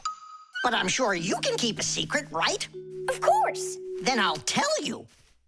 Today's exam is on pliers, you see? You won't tell anyone, will you? Not a chance. I'll never pass it. You will! He's gonna ask about pliers. Huh? How could you know that? It's a secret. Okay, Digit. See if you can get the pliers out of there. A pair of pliers is a great tool indeed. To grab and turn things, it's the tool that you need. Just be careful how you use them, or your fingers, you could bruise them. Pliers are a great tool indeed. Just be careful how you use them, or your fingers, you could bruise them. Pliers are a great tool indeed. Good going. You got it. Thanks a lot, Nolik. It's not really me you should be thanking. Krampus, thanks a lot. For what? The secret What secret? about the pliers. Oh, that! You know, I picked a new topic. I decided that a hammer will be the tool. A hammer? Only it's a secret. I remember. The topic got changed. It's a hammer. You sure about that? Totally. All right, I'll try to do it. A hammer is a great tool indeed. To pound in nails, it is the tool that you need. Just be careful how you use it, or your finger, you could bruise it. A hammer is a great tool indeed. Super. I'm sure you're gonna pass. That's only if he asks me about a hammer. I'll be right back. Krampus, it's a hammer for sure? Nah. A hammer would be way too easy for those kids. So now it is a drill. A drill? But only... It's a secret! Now I know. There's no doubt about it at all. It's a drill! A drill is such a great tool indeed. To drill a hole, it is the tool that you need. Just be careful how you use it, or your finger, you could lose it. A drill is such a great tool indeed. And if it's not a drill, right. Hammers, wrenches, drills, screwdrivers, vices, mallets, saws, and pliers. All of these are super duper great tools, yes indeed. That's all. That's enough of this. I'll just go and take the exam. Yeah.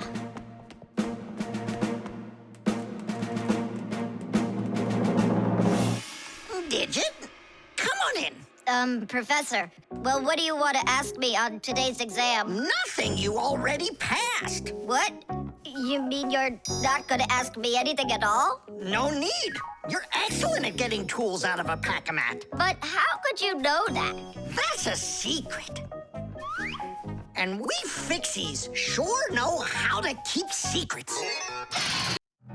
The chain reaction. Tom Thomas, what you doing? Nolik, leave me alone. No, really. What is that? Quit distracting me, will you? Nolik, look at what you've done. I? It's all because you wouldn't quit it. Wouldn't quit what? I was struggling with that thing for half an hour and you ruined it. Ugh.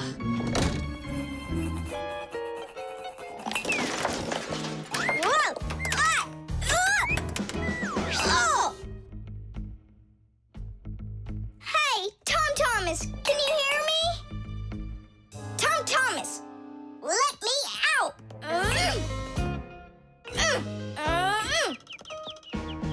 Nolik, is that you banging? Yeah. And how did you end up in there? None of your business. Why are you so rude to me? 'Cause I feel like it. Oh, yeah? Enjoy sitting there. Well, who needs you? Goodbye.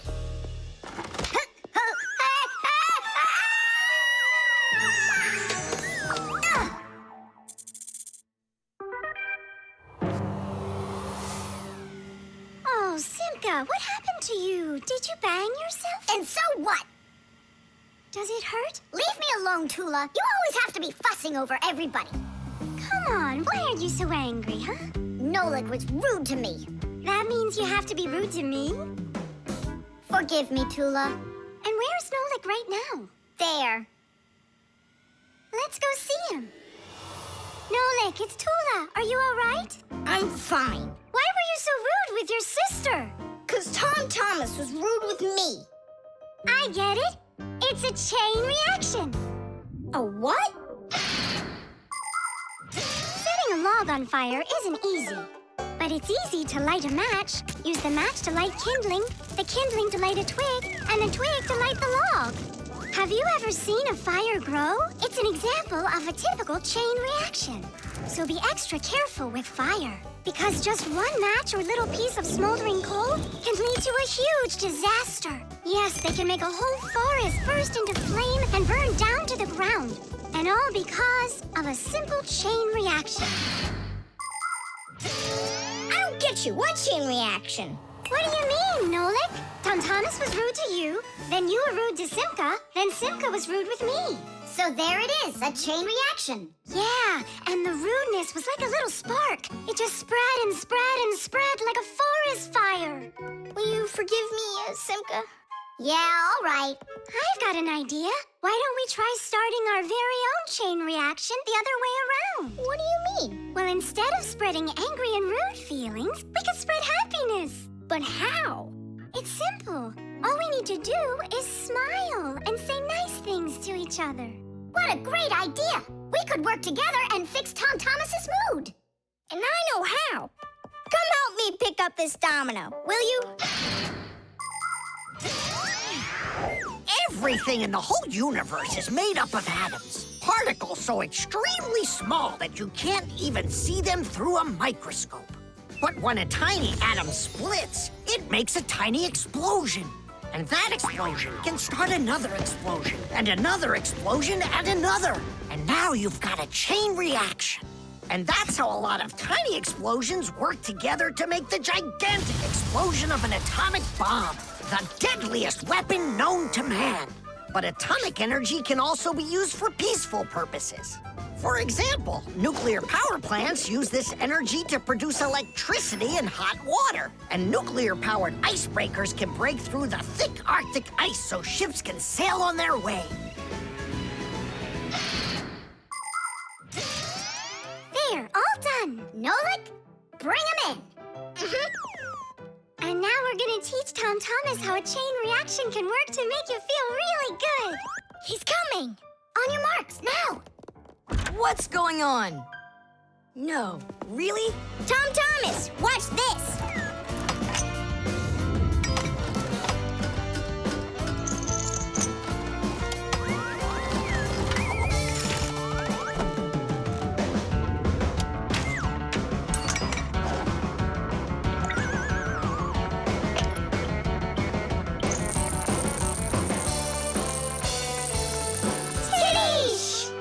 That was so totally awesome! I can't believe what I saw!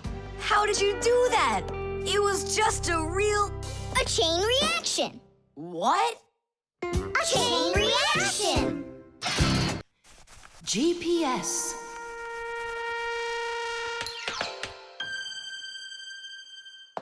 And 3, 4. Stop! Who goes next? I'm next. 5. 1, 2, 3. 3. And... Wait, I gotta choose a route.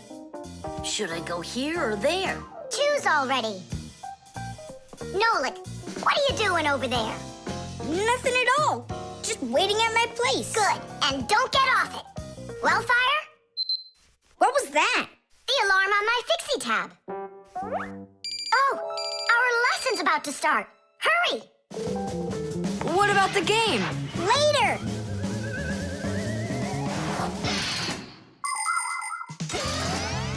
As soon as young Fixies enter their first year of Fixie school, everyone gets their own Fixie tab. It's a little computer that can do anything at all. Well, almost anything at all. Studying with a Fixie tab is fantastic. You can read it just like a book and write in it just like writing in a notebook. You can use a Fixie tab to listen to music, watch movies, find your way around, and talk, text, and send letters to your friends. And if you want, you can use a Fixie tab to go on to the internet that humans use, or you can visit the secret Fixie internet, where you can find news about the world of the Fixies. And Fixie tabs have games on them, too. Of course, these games can be a lot of fun, but you shouldn't play games until your homework is all done. Faster, or we'll be late! I know a shortcut we can use. This way.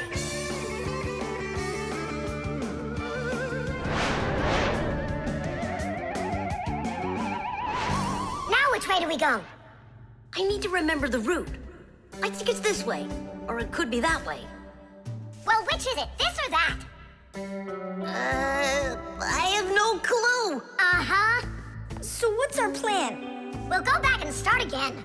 We flew in from there, right? No, I think it was there. That's not how we flew in. It was there. I think we're lost in here. Uh-oh. Nolik, stop the panicking. I only went uh-oh. I'm not panicking yet. It's your fault, Fire. I know a shortcut. Go this way. How are we gonna get out of here? How do I know? All I know is that we're late for our lesson.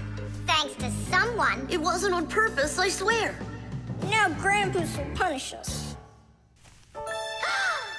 What's going on? Well, I think I found a way to get out. Which way?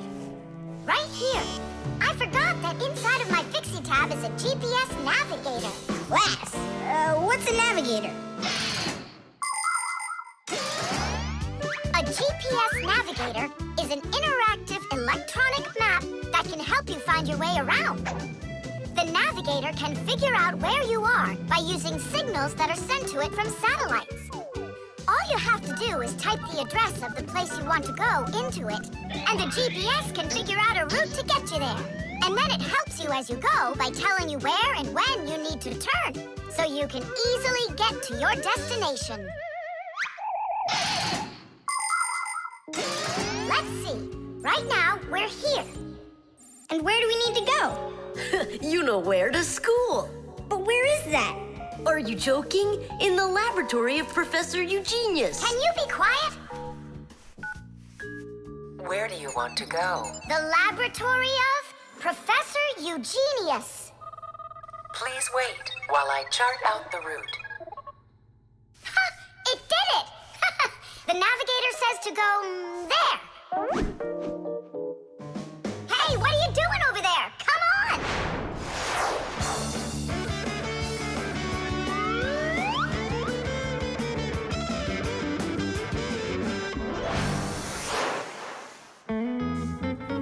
And if you happen to go off route, the navigator will give you a different way to...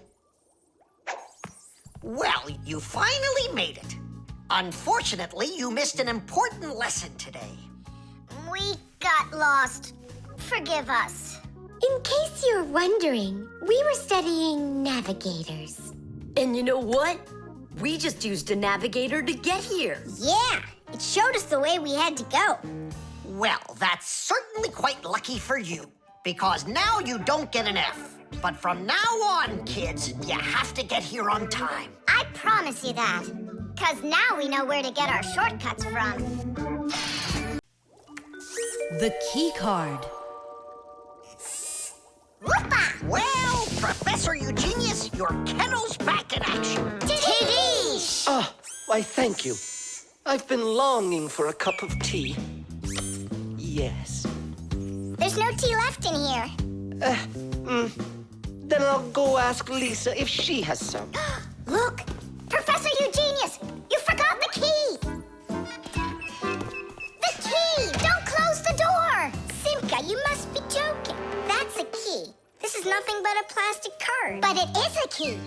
A special kind. It's called a key card. To open up a combination lock, you need to enter a code in the correct order. That means if you can't remember the code, you can't open the lock. But if the lock uses a key card, there isn't any code to memorize, because the code is held inside the card's memory, and the lock can read the code from the card. Of course, key cards don't work with any lock. They have to be smart locks that are able to read electronic codes. When the smart lock reads the correct code, it opens right up.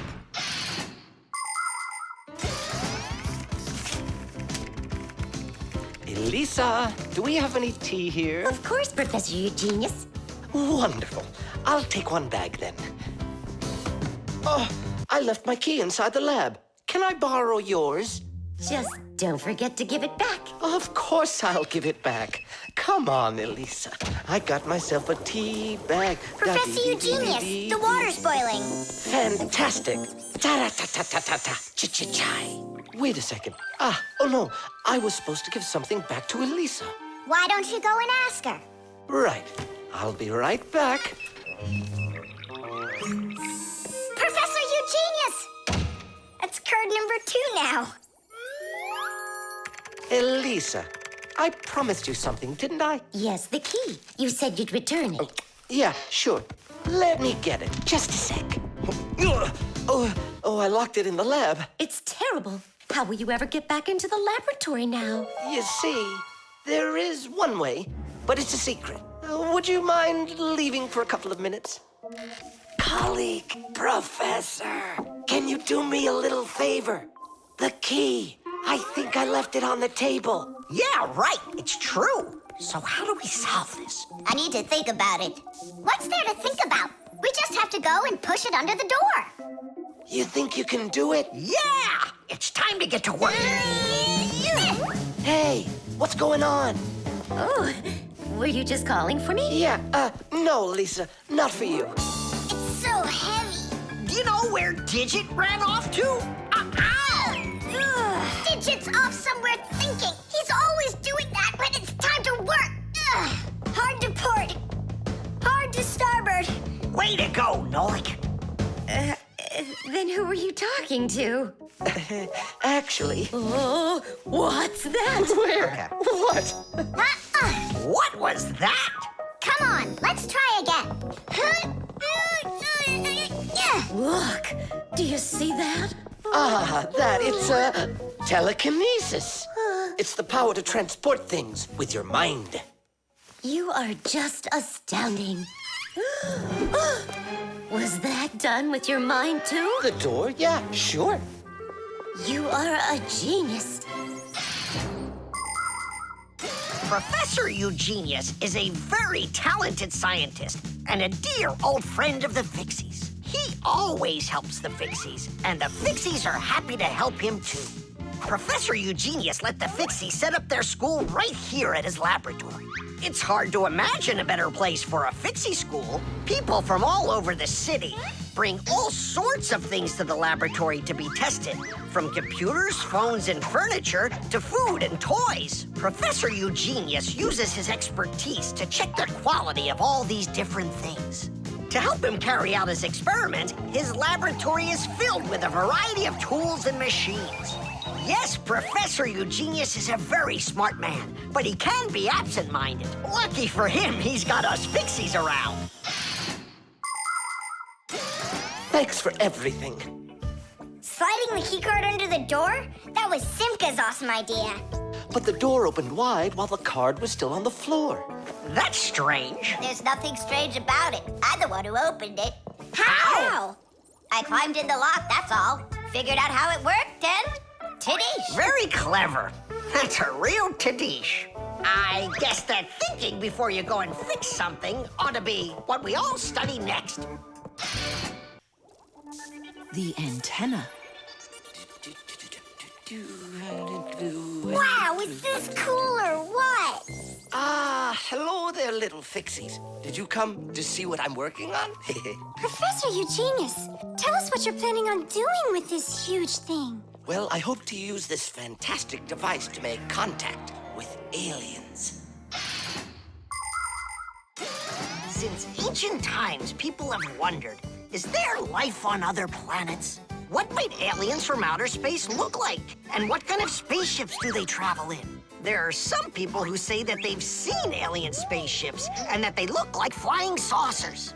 There are even some people who say they've actually made contact with aliens. But personally, I'm sure it's just their fantasy.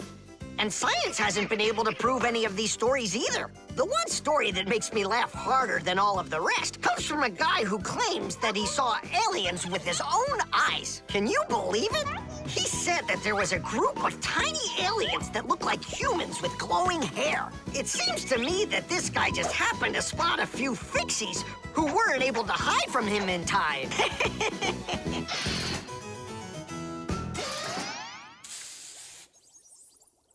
It's ready.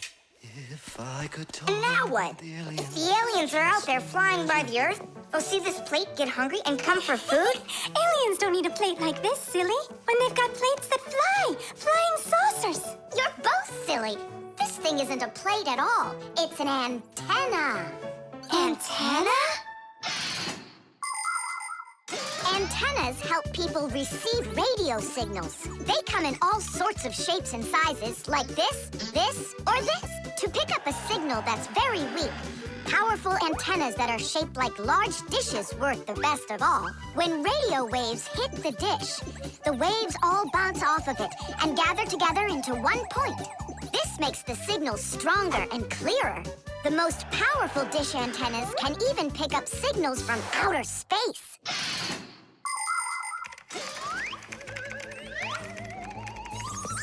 Nolik, stop! You'll burn yourself.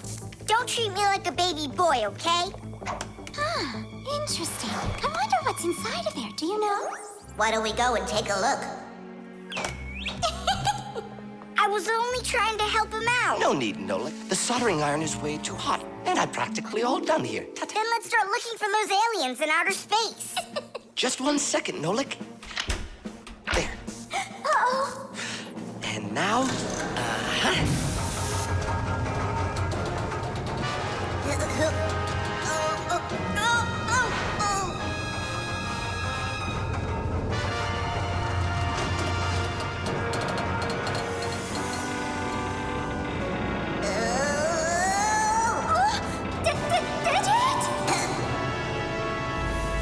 here we go. Nolik, Simka, let's see if we can pick up signals from outer space. What do you think? Is it night right now, where the aliens live? What if they're sleeping? Quit bothering the professor with your nonsense. Let us out right now. Can't you hear us? Please let us out! I'm afraid there's no way they can hear us from this far away. I can't hear any signals. It just sounds like static. Be patient, you guys, and keep listening. Digit, we all know how clever you are. Can't you think of a way out of here? I think I got it, Tula. You stay there. Yeah. I'll use a special code I know to send a signal that we're in trouble. Wait a second. Do you hear that? Could it be a signal from the aliens? Hooray! This is sensational. It means that somewhere in the cosmos are intelligent forms of life. 3 dots, 3 dashes, 3 dots. Ooh, it's Morse code. It's a signal for help that they're sending. You don't think the aliens are in trouble, do you? Yeah, I think so. And who do you think they learned Morse code from out there? Yeah, that's strange. There are hardly any Fixies that know that code. Digit does. And where is he, you know? And where's Tula? Well, I think I know exactly with which aliens we made contact. I think I know it too, Professor. Lower the antenna.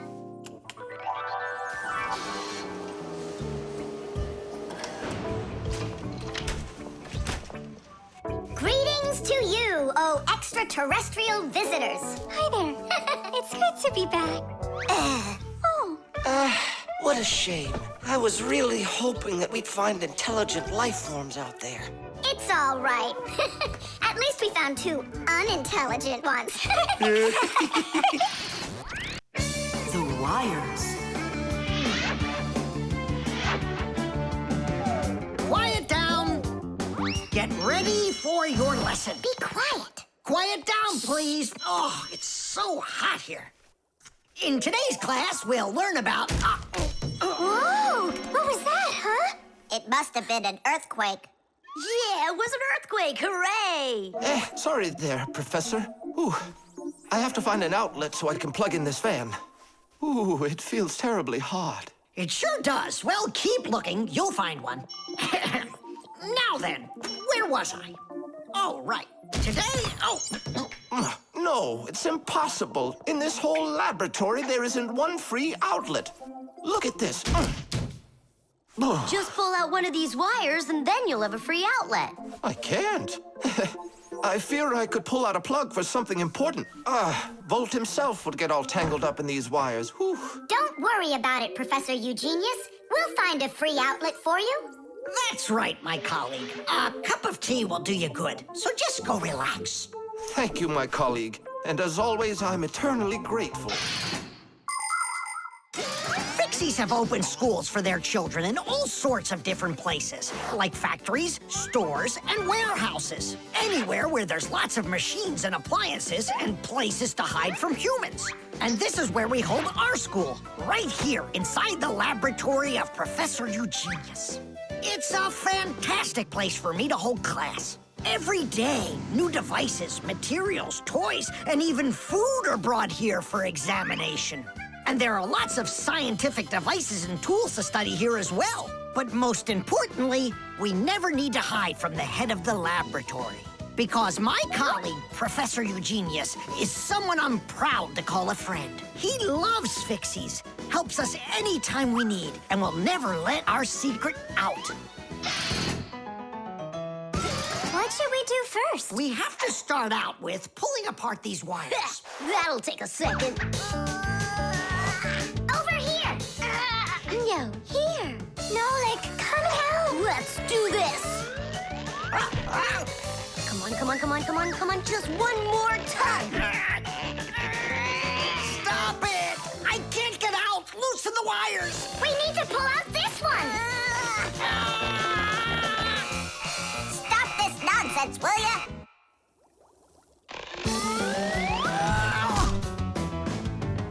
Thank you, Digit. Tidish. Well, the way I see it, in order to get the knot out that's over here, we need to expand the loop that's over there. And then push that wire through it. And then do it again from the other end. That's it. Very good, girls. Hey! Now pull it hard. Perfect.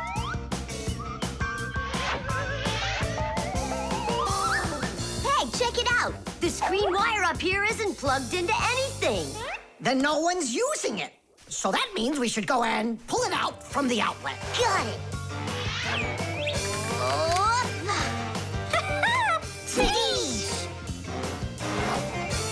Vera, here's another wire that isn't plugged in. I found another wire no one's using. Simka and I found it together. Nolik, why are you so upset? Because you guys are doing all the work. How about this wire? Nobody's checked it yet. Really? Oh, wow! What? Did you find some treasure, Nolik? Uh-huh. There are 6 free outlets under here. Great! Now Professor Eugenius can plug in his fan, and his kettle, and even his soldering iron. To get electricity to a device that doesn't use batteries, you need to plug a pair of wires into an outlet. But it's important not to let the wires touch one another, or the electricity can burn them out. That's why wires are covered in plastic or rubber, so the electricity won't pass from one wire to the other, or to us when we touch them. So always be very careful with wires. And never, ever touch a bare wire. You could get killed by the electric shock. Oh, what would I do without my wonderful friends? Thank you. Sorry. I wanted to... I should go. Go ahead. That's a great idea. And we'll start our class. What were we talking about? All about wires. Well, it looks like our class is over. Time to go play. Nolik's cube. Tom Thomas, you'll be late for school if you don't stop. School? Don't you worry. What's he breaking this time? This time, nothing. He's solving a Rubik's Cube, Nolik. Whose cube is it? The Rubik's Cube is the most popular puzzle game in the whole world. It was invented by Professor Rubik from Hungary. A cube has 6 sides on it. And on a Rubik's Cube, each of these sides has 9 squares that are all the same color. You start by mixing up the colors. a Rubik's Cube, you have to turn the pieces, and you keep turning and turning them until each side is one solid color again. For instance, red or yellow or light blue. That's nothing. Hey, Tom Thomas, how long have you been messing around with this cube already? It's been 3 whole days of turning. 3 whole days? We could solve that puzzle in 5 minutes, now couldn't we, Simka? Oh, really? Then go right ahead. I'm off to school. Well, you ready to show Tom Thomas who's boss? Just count me out. Hey, I thought you said Rubik's Cubes are easy to solve. I never said anything like that. This problem is all yours, Mr. Bragger. All right, I'll figure it out myself.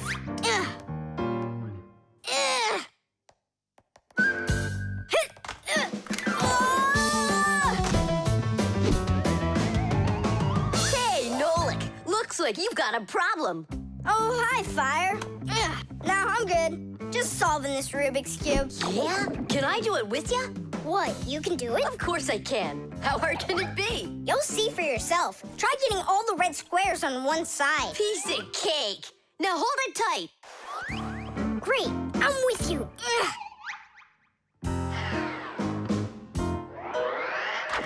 Whoa!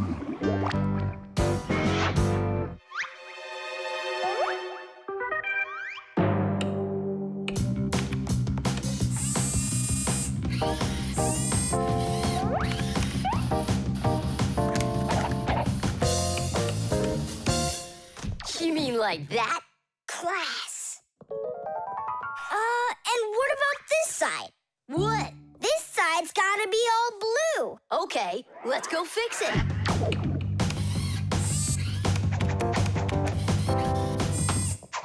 There, like you wanted. Now what happened to the red side? Huh? Simka was telling me that on each side there has to be one color. Oh, like Simka'd be able to do this? Simka can do it all. Well, if Simka can, then I can too.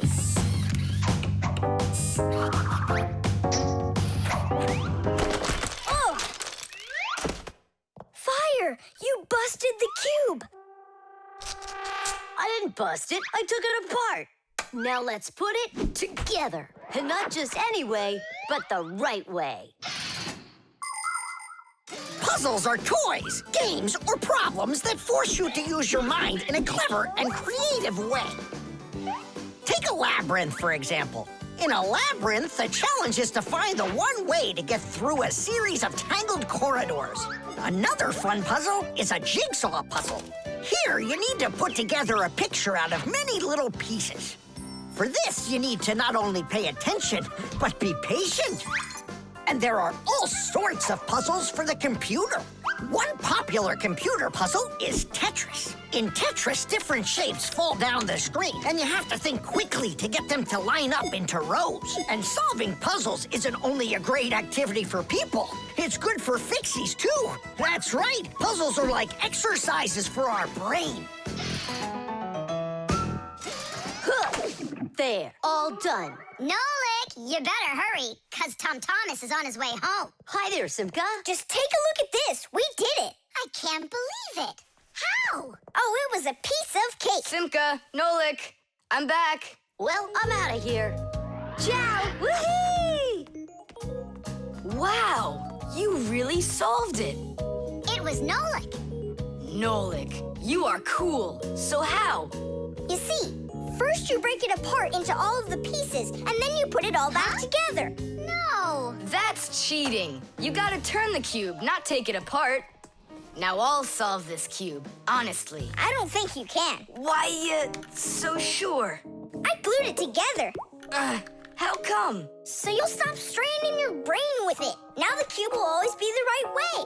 But if it doesn't turn, it's not a Rubik's Cube. Well, yeah.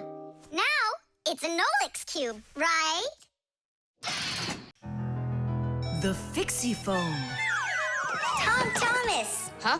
Try to guess what we have with us. You guess what I have. A banana. A race car. No, not that. Chocolate. A pair of socks. Ha! Do you give up? My dad bought a new phone for himself and gave me his old one. He said I can keep it. Oh, wow! And what have you got? Look! you got a telephone too. It's better than that. This is a Fixie phone. Papu's got himself a new Fixie phone, and he gave this old one to Simka. And can you make calls on it? Take a guess. Come on, let me show him.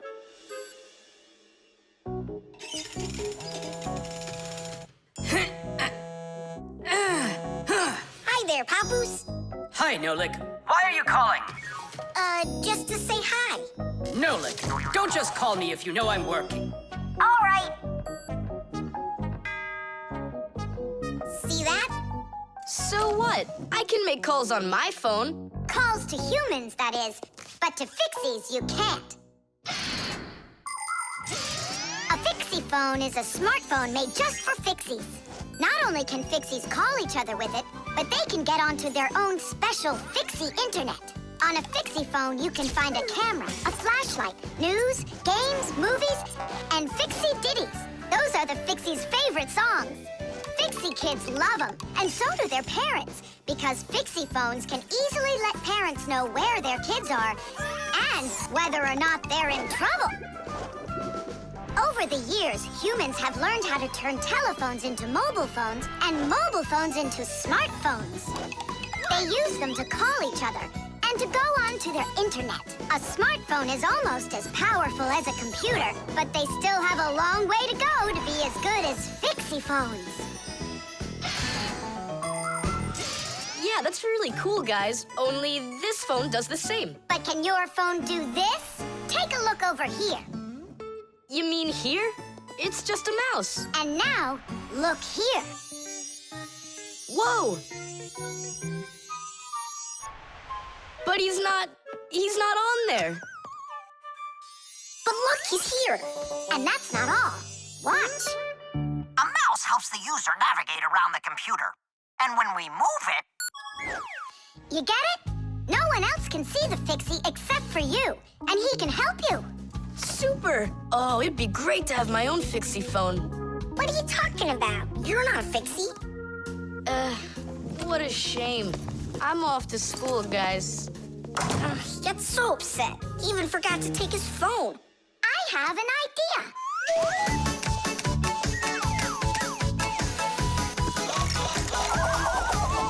My smartphone's my best friend. I love to hear it beeping, so I keep it by my side even when I'm sleeping. Bing bong all day long, bing bong all day long, bing bong all day long, even when I'm sleeping. With my phone I play alone. I don't need my brother. Soon they'll make a brand new app to replace my mother. Bing bong all day long, bing bong all day long, bing bong all day long, to replace my mother. Check my mail, send it text 1,000,000 times an hour. I forgot to plug it in, now I'm out of power. Bing bong all day long, bing bong all day long, bing bong all day long, now I'm out of power. Bing bong all day long, bing bong all day long, bing bong all day long, now I'm out of power.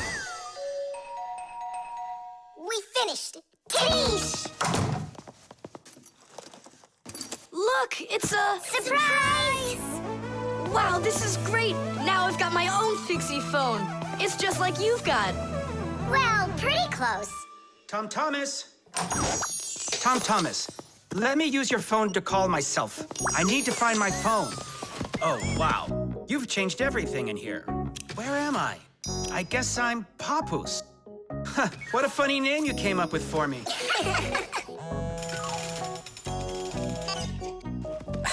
Nolik, just stop. I don't have time for you fooling around. What? Who is that? That's, not Nolik. Who is this? Do you know who I just called? Does anyone know who this phone belongs to out here? Oh, your mother found it. I'm coming. We'll fix those numbers later. Ugh, Papus is gonna really give it to us. Give me your phone, Tom Thomas, and I'll delete all the Fixie's numbers from it. But how can I call you up then? Why would you have to call us? We're always close by. The drum. Now, let's turn it on. It's buzzing. You hear it? I would love to, but the only thing I can hear is Nolik's banging. Nolik, what are you doing? I'm rehearsing my solo. Nolik's the drummer in our rock band. Didn't you know that? Why don't you go and rehearse somewhere else if you wouldn't mind? Yeah, all right. I just can't work like this. Nolik, stop it, please. Oh, my head is just splitting. Professor Eugenius, will you come to the laboratory? There's something very strange in there. What? I'm hearing some kind of awful sounds. You are? I think it's a ghost. Back from the dead. Don't you worry about ghosts, Lisa. I'll check what it is. So it's you making the racket. What? I'm just rehearsing. Well, what is it? Don't worry, it's just a piece of equipment rattling. You know what you should do? You should go and practice back at home, my young friend. It's not very hard to make a drum. One way to make it is to take an empty barrel and replace its bottom with a skin made of leather or plastic. If the skin is stretched tightly, the sound can get very bright and loud. Really big drums are usually played with percussion mallets or beaters, while smaller drums can be played with sticks or with bare hands. Instruments that make sounds by being shaken, scraped, or beaten are all called percussion instruments. There are lots of different percussion instruments, like the small hand drums that are called bongos, big shakers with handles called maracas, cymbals made out of metal. Now those really make a lot of noise. And there's tambourines, ratchets, and even spoons. That's right! People can make music using spoons as a percussion instrument. Tom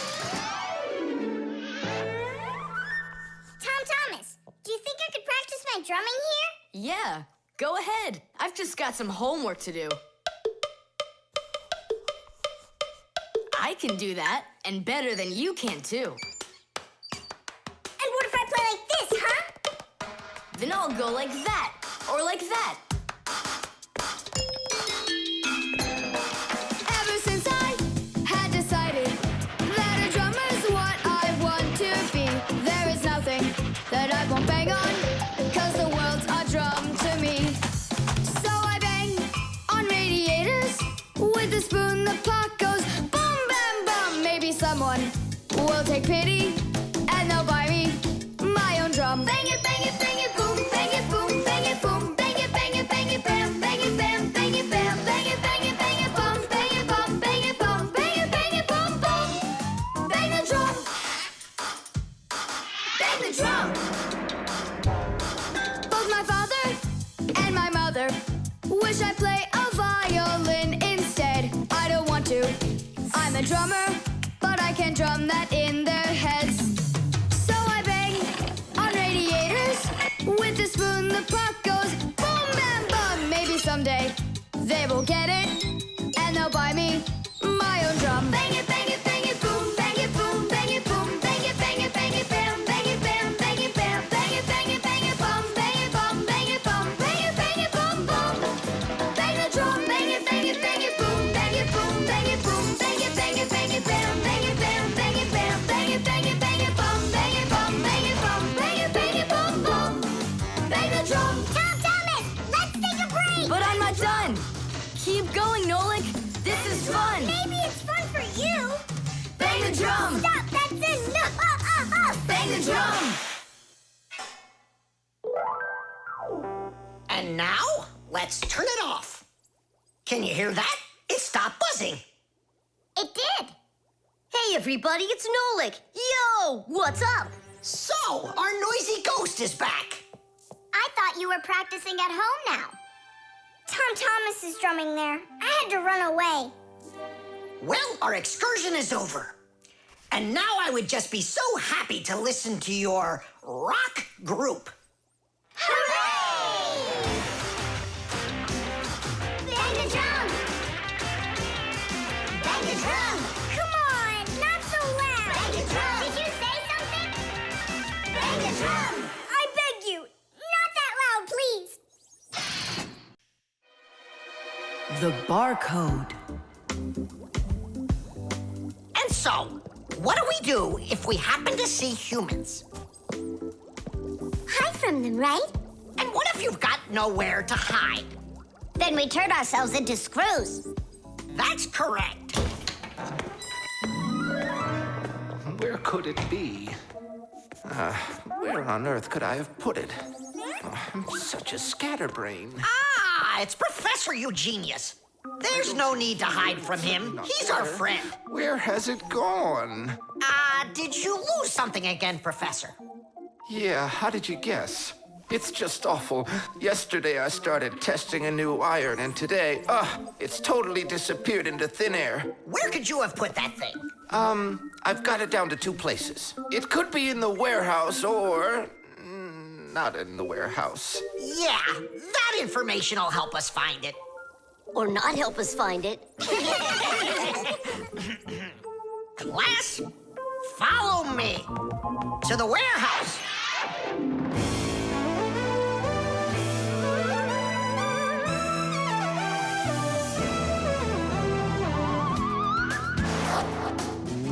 Wow, look at all these boxes. If we have to look inside each one of them, it'll take us 2 days. Maybe we'll get lucky. Let's look in this one.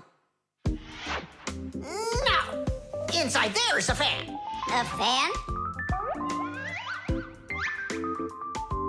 Wow, it's a fan. And what's inside this one? A mixer. Yeah, amazing. And what's in this box?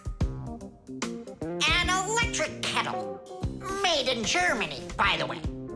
He's right. There is a kettle in there. Professor, is this some trick? I don't get it. Grandpus, how do you do it?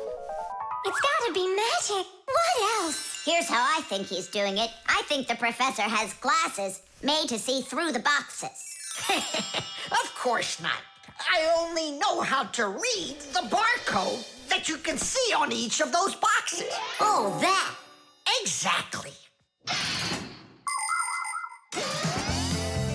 If you look at the printing on packages and boxes, you will often find a symbol with a lot of black lines and numbers. These symbols are called barcodes. Each barcode has all sorts of information. What the item is, what country it came from, and even in which factory it was made. With the help of a special reading device, a scanner, it's possible to read all the information the barcode holds. It really is an excellent system for stores to know what they've got. You don't even need a scanner to do it? I can figure out barcodes without one. I'll teach you if you want. Class. Let's see. We're looking for a box with an iron. There. Well, bring in the professor. Today, on almost everything that is sold, there is some kind of mark. For instance, this kind of mark is called a barcode. And this one, a QR code. These marks help us find out a lot of information. Suppose you walk by a building and see a QR code on it. Just point the camera on your mobile phone at it, and information about who built it and when it was built will appear on the screen. Isn't that great? It's a shame not every phone can do this yet. And that's not all. There are also marks that work without pictures. There are electronic chips that can hold information.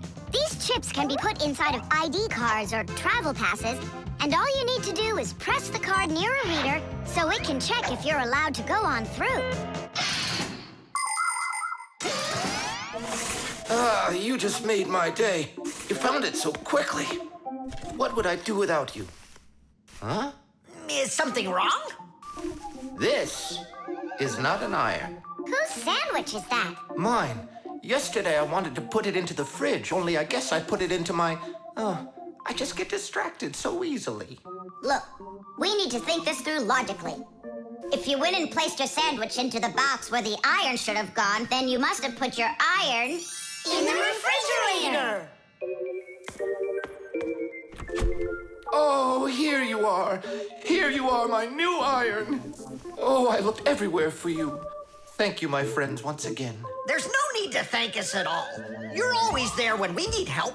You've even let us open our own school here in your laboratory. And we don't have to hide ourselves. Yeah, that's because you're so kind and you love Fixies.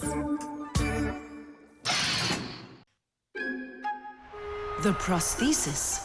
Simka, over here. Take a look at what I found. It's a bear. Ooh. What bear did you find, Nolik? You know, it's the one Tom Thomas told us about. He was his best friend in the whole wide world. Until he became friends with you and me. What? Oh! Uh-huh. Let's try to wind him up.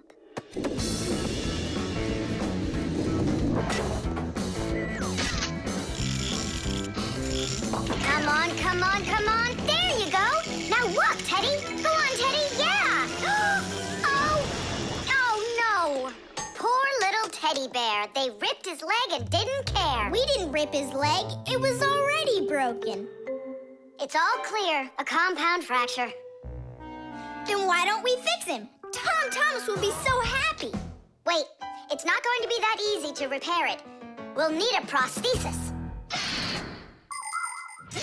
The human body is built around a frame of bones and joints. And if you break one of the bones, it'll usually heal by itself. The broken bone will grow back together, and you'll be back to normal.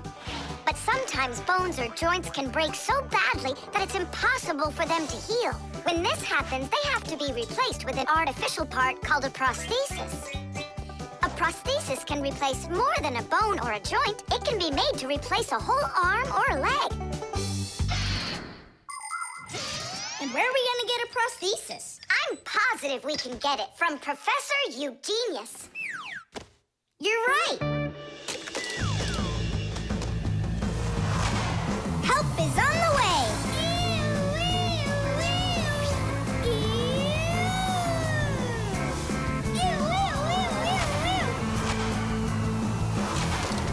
Hello, Professor Eugenius. Ah, I'm pleased to see you, dear children. How do you do? Hi there. Professor Eugenius, can you make a prosthesis? What, have you broken something? No, not us. It was the bear. He broke his leg. What bear? The teddy bear that used to be Tom Thomas's friend. Ah, now I see. Today, with the help of modern prosthetics, more is being replaced than just arms and legs. For example, if you lose a tooth, it can be replaced with an artificial one. That's also a prosthesis. And there are times when a person starts losing their vision because the lens in their eye gets foggy and can't focus. For this, there's another kind of prosthesis, a new clear artificial lens. A prosthesis can also be used to help people with poor hearing. A tiny device can be put inside of somebody's ear so they can hear what's going on. And that's not all. People have also learned how to treat a sick heart by replacing its worn-out parts with prostheses. What fantastic inventions these prostheses are. It's amazing what they can do. They help people live a full life. Professor, is it working out? We'll know soon enough.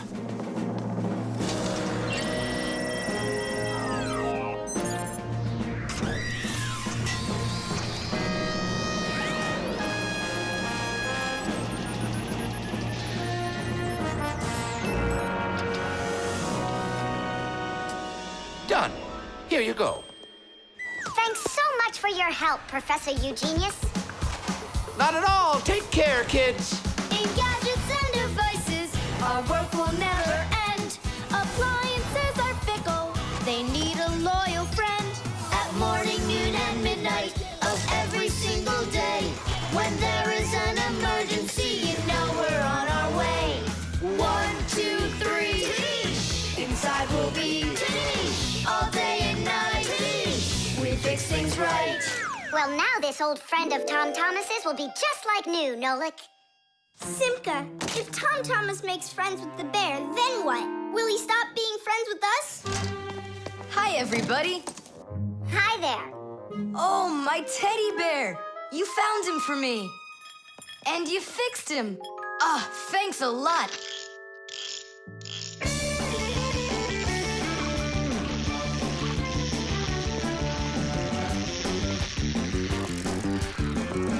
Yeah, it's just like Grandpoo said. A friend that's old is better than two that are new.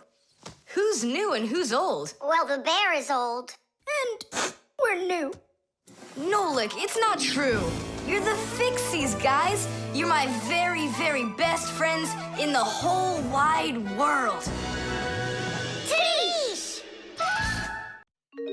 The globe. Ready? Set? Go!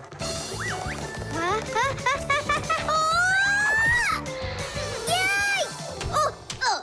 Again, I couldn't do it. I told you.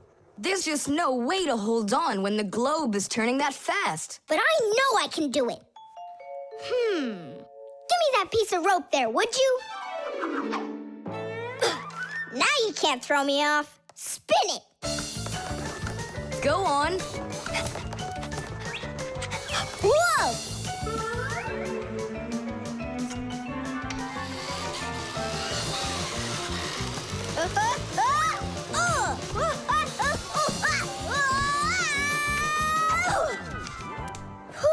What you doing? Trying to learn a bit about the Earth's gravity? That's a globe, not the Earth. Well, a globe's a model of the Earth, isn't it? Hey, come on, Simka. The globe looks like a ball, but the Earth is flat. We walk on it. The Earth also looks like a ball. It's just a very, very big one. It's not true. If the Earth is really round like you say, then it would throw people right off of it, like the globe does to me. No, it's just that the Earth pulls everyone towards it. Are you sure? The planet that we live on, the Earth, is a huge sphere. The Earth revolves around the sun, and the moon revolves around the Earth. Do you know why they don't fly away from each other? It's because of a force called gravity that pulls all objects towards each other.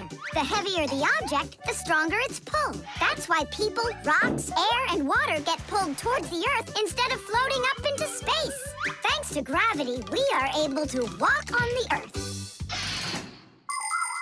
Then why doesn't the globe pull on me like the Earth does? Because this globe is very light. Compared to the Earth, this globe is like millions of billions of times lighter. Compared to the Earth, we're specks of dust. He's right. Look, a speck of dust. It sticks to the globe like we stick to the Earth. Oh, come on. It's just because no one's turning it. But the Earth's spinning and we stick to it. What? I just don't believe you. There's just no way the Earth is spinning. You've really got no idea how the days all turn into the nights, do you? Do too. It's because the sun goes up and then sets.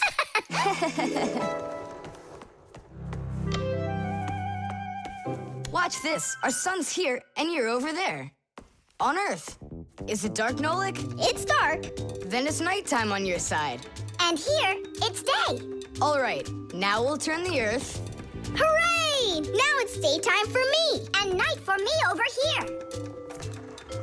Ah, my side got dark again. And for me, it's a new day. All right, fine. You guys were right. I believe you. The Earth is spinning. The Earth goes round and round like a tilted spinning top. And as it spins, the sun shines its light on whichever half of the Earth is facing it. And as the Earth makes one full turn, we watch how the night becomes day and the day becomes night again. It takes 24 hours for the Earth to make one full turn. But that's not all. The Earth is also traveling in space around the sun. It takes the Earth 1 year to make a full circle. As it goes along its way, the top and bottom of the Earth take turns being closer to the sun. That's because the Earth is tilted. When the top half is closer to the sun, it's summer there, while at the very same time on the bottom half, it is winter. And when it is winter on the top half, it is summer on the bottom.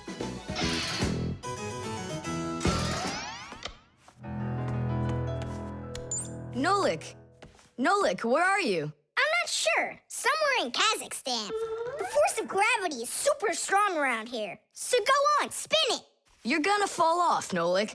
Don't worry, just do it. Go ahead and tilt it if you feel like it. Told ya! Ha! And you were sure I was gonna fall off this globe.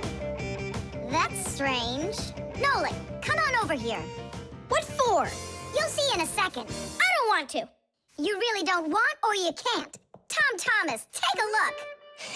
I get it. He stuck himself to the globe, didn't he? Yeah, with the chewing gum. Isn't it time to go? Uh-huh. And me! What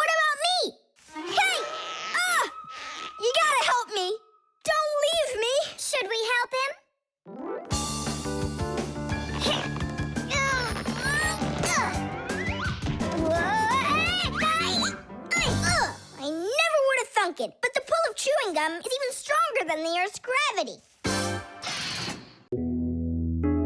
Friction.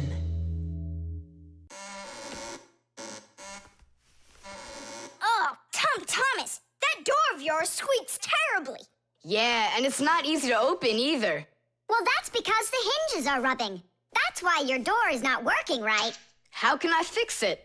Just reduce the amount of friction. How? With some oil on the hinges. I can do it for you because I've got a pack-a-mat. All right.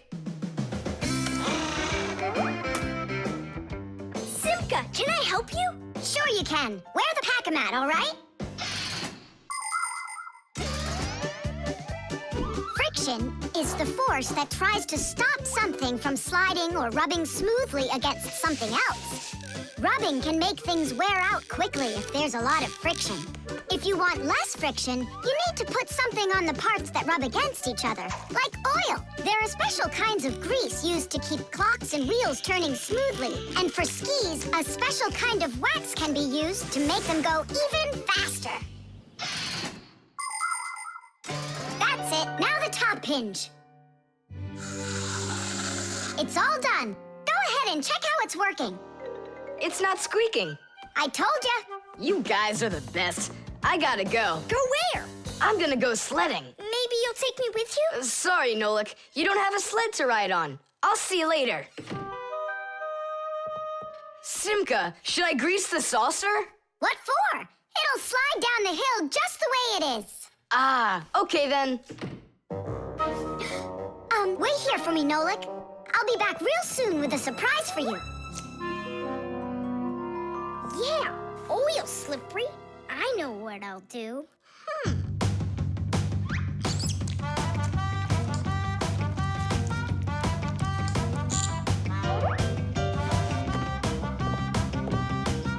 Wow! Talk about no friction!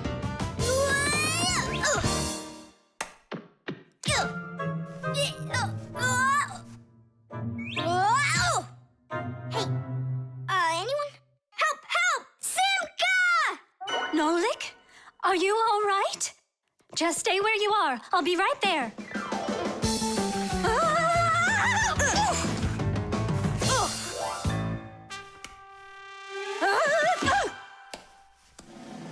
Papoose! Help us, please! Who called for me? Help is on the way! Hey, what are you up to? Grandpa, stay away from here! You'll fall over! Huh? What did you say? Stay where you are!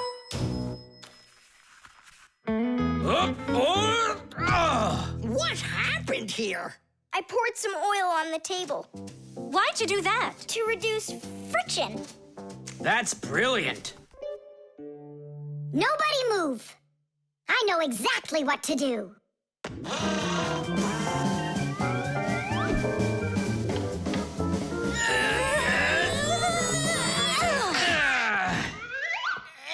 And what was the problem you had with the friction? I want to see all of this oil gone in 5 minutes. Engineers are in a constant battle with the force of friction. They want less friction so that cars will run faster and their parts will wear out less quickly. But just imagine what the world would be like if all of a sudden there was simply no friction at all. Everything would start slipping out of our hands and falling off the table. Knots would untie themselves, and that's not the half of it. Cars wouldn't be able to run without friction either. Wheels would spin around and around in one place, unable to grab onto the road. We wouldn't even be able to walk. Because when we walk, we move forward by pushing off the ground with our feet. And how can we do that without friction? We can't. So now I think you can see why it's not so bad to have a little bit of friction in our lives. Whew. We cleaned it. But it's still so stinky. Nolik, I completely forgot. I promised you a surprise. Look. What is it?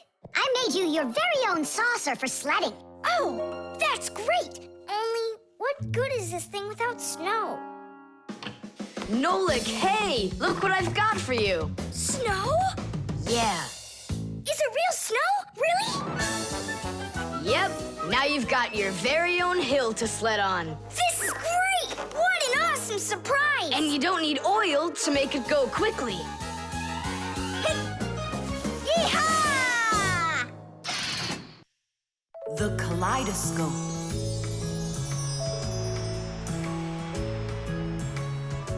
Tom Thomas, when are you gonna give me a peek at your new ball? I just can't wait. I told you, you can see it as soon as I hang it up. You're not peeking, are you? No, I'm not. Oh!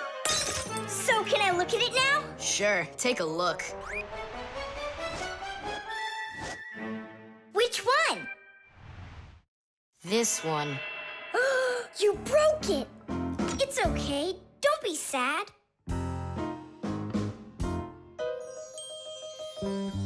I know what to do.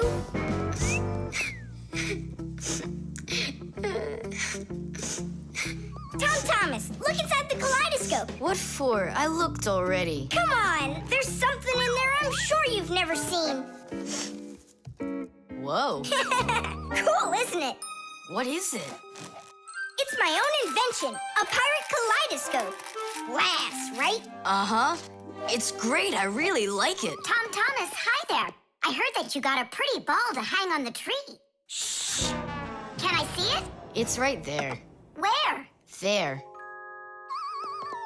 No. Oh, that's just terrible. Why'd you do that, Simka? Come on now, I just cheered him up. How? Tell me. With the kaleidoscope, remember what Grandpa's taught us? Do you know what makes a kaleidoscope have such beautiful patterns? Ah, it's because pieces of multicolored glass are tumbling around in there. And it's also because it has mirrors inside. Usually there are 3 of them, and they are arranged facing each other. That way, each piece of glass makes many, many reflections that create the kaleidoscope's beautiful symmetrical patterns. By the way, you can put just about anything you want inside a kaleidoscope, and each different thing makes its own special pattern. Yes, there are all kinds of kaleidoscopes. Some with buttons inside, some with flowers, and even some that are filled with insects. Once, a very rich man had a kaleidoscope made with precious stones inside. Yeah, it probably wouldn't have been nearly as beautiful if he had just filled it up with money. Tom Thomas, look inside the kaleidoscope. I already saw it. It's pirates. Nah, it's not about pirates. We changed it. Go on, look and see. Wow. You like it? A lot. Hey, what did you put in there? A few pieces of the ball that you smashed. It's even better for Christmas, isn't it? Mm-hmm. That didn't work at all. Merry Christmas! We came to take a look at that splendid new Christmas... What's wrong? Oh, don't even ask us that. I've got it!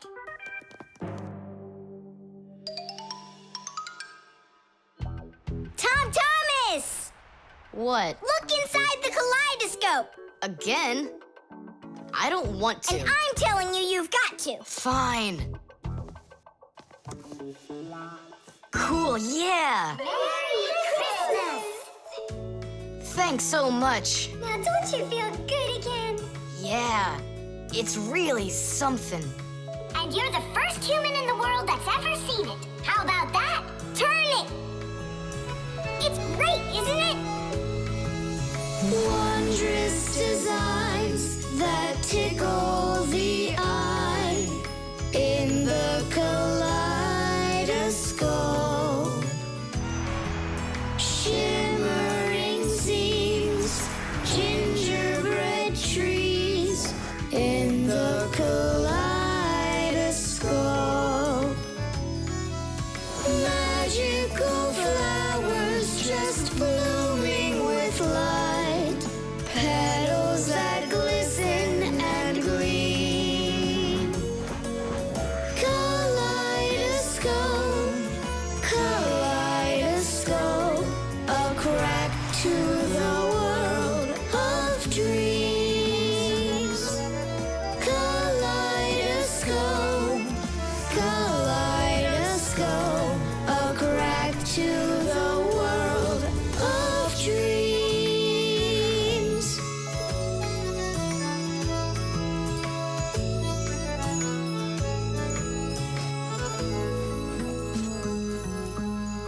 everybody. Tom Thomas, I came to look for myself at that beautiful Christmas. It's okay. What's more important? Having such awesome friends? Or some ball hanging from a tree? Batteries. Oh, my little lemon, just you wait. One day you'll be a strong and splendid tree. She's talking with a flower pot. Oh, you scared me.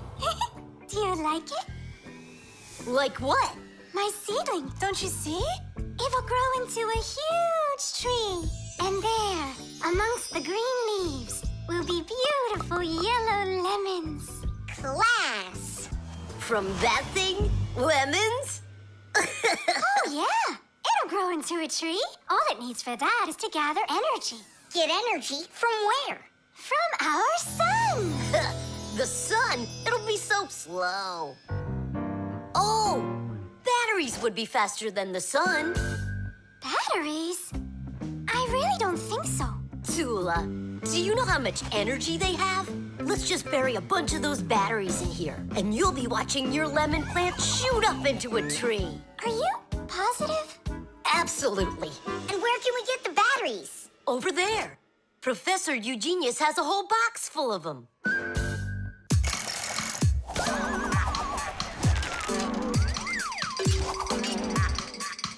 Batteries, batteries. We use them every day and need them by the ton. Batteries, batteries. They give power to appliances so they can run.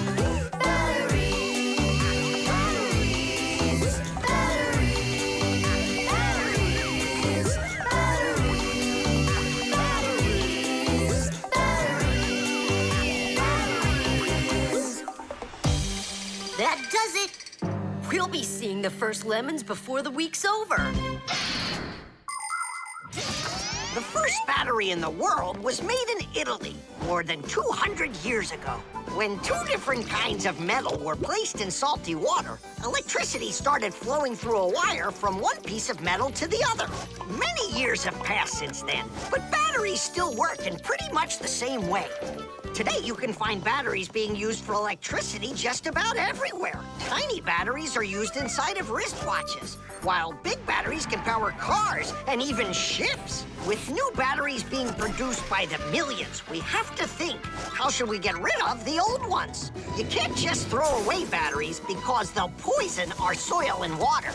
The best way to dispose of batteries is to take them to a special collection station that sends them to factories for recycling. Yes, it's a terrible idea to bury batteries. You can kill any plants that are growing there. And this is the very reason why Professor Eugenius puts all of his used batteries in that box over there, so he can dispose of them properly. Hey, where are they? Oh, my seedling, we harmed you. What? Where are the batteries? They're in the flower pot. How come? So the lemons would grow faster. From the batteries? Who came up with that idea? It will die! Hurry! We gotta go save it! The soil's contaminated. We've got to find a new home for the seedling. But where? Over there. There's a pot with healthy soil. Let's do it! Batteries, batteries. They come in different sizes, shapes, and colors too. Batteries, batteries. Could be yellow, might be green, or maybe red and blue. Batteries, batteries, batteries, batteries,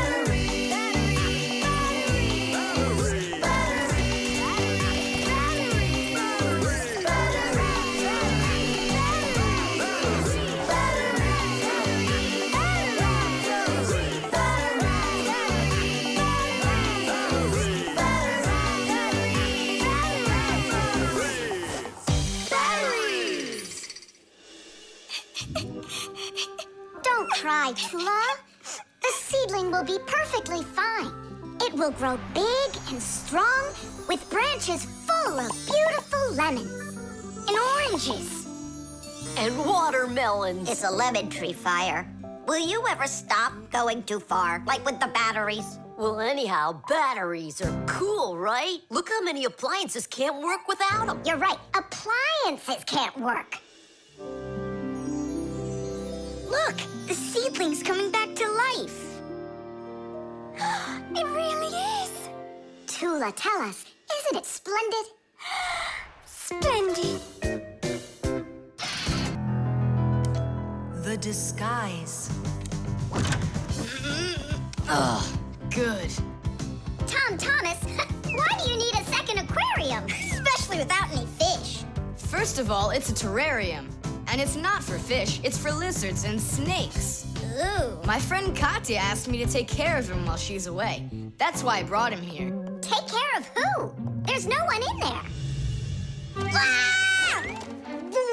What is that? It's a chameleon, Nolik. I think he's awesome. It's a bad idea to take him out. He might run away. Don't you worry, I got him. What a monster. But how come I couldn't see him before? It's because a chameleon knows how to disguise himself by changing the color of his whole body. Have you ever seen a military uniform? They have special patterns and colors that help soldiers hide. That's called camouflage, and people learned it from animals. For instance, a caterpillar can look like a twig, and a seahorse can look like a piece of coral. An ordinary gray rabbit becomes white in the winter, so a wolf will have trouble finding it in the snow. But the champion of camouflage is the chameleon. This master of disguise can change its color in just a matter of seconds. Hey, Tom Thomas, where'd your chameleon go? Oh, it disappeared. It didn't disappear, it camouflaged. He won't hide for long. Let's find him.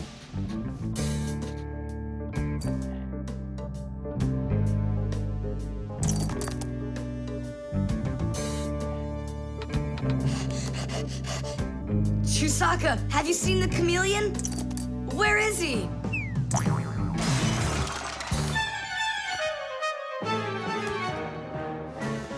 Do you see him?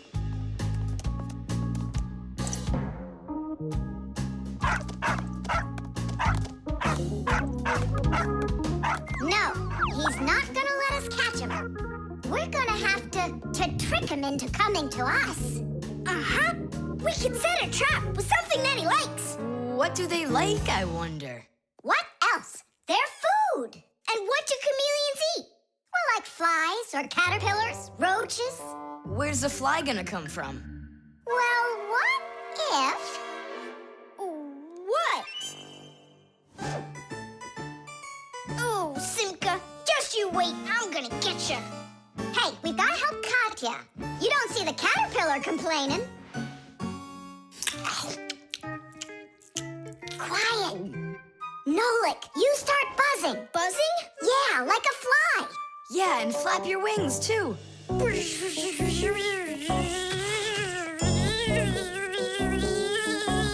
Simka, how long do I gotta keep doing this? Until the chameleon shows himself. Just keep buzzing.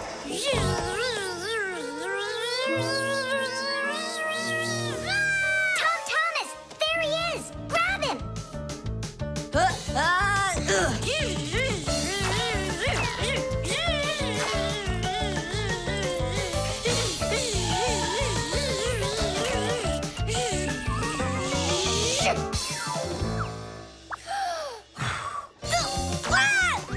Let go of my brother. Tom Thomas, quickly.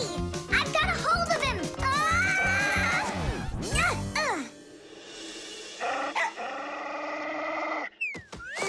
Yep, I gotcha.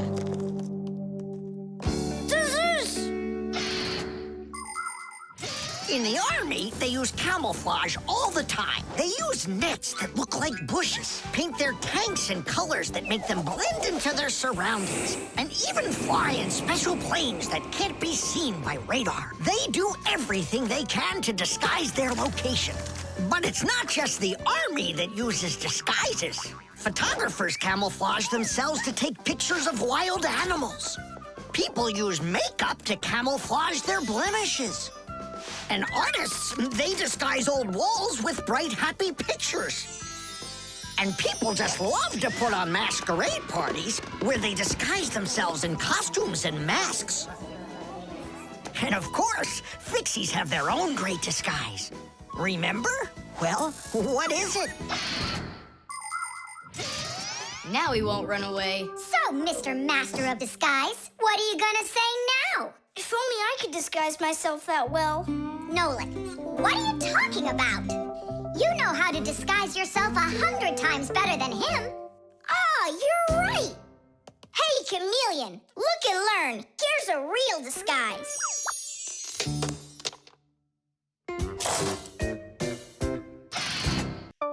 Reflexes. Add this to that. Now what do you get? 3. Don't you remember? Bark, bark, bark. All you have to do is bark 3 times. That's too hard a trick for Chewsocka. Maybe you could teach her to jump through a hoop. I already tried. She just sits there. Come on, Chewsocka, give it a try. Try showing her this sugar. Chewsocka. Alley-oop. Come on, jump. See you, Tom Thomas. It's time for us to go to school. See you later, animal tamer. Great job, Chewsocka. Our lesson for today is on the subject of reflexes. I'll write it here for you. What's the lesson? Someone's late again. Ah, colleague, my glasses are gone. Are they here? They're right there on your forehead.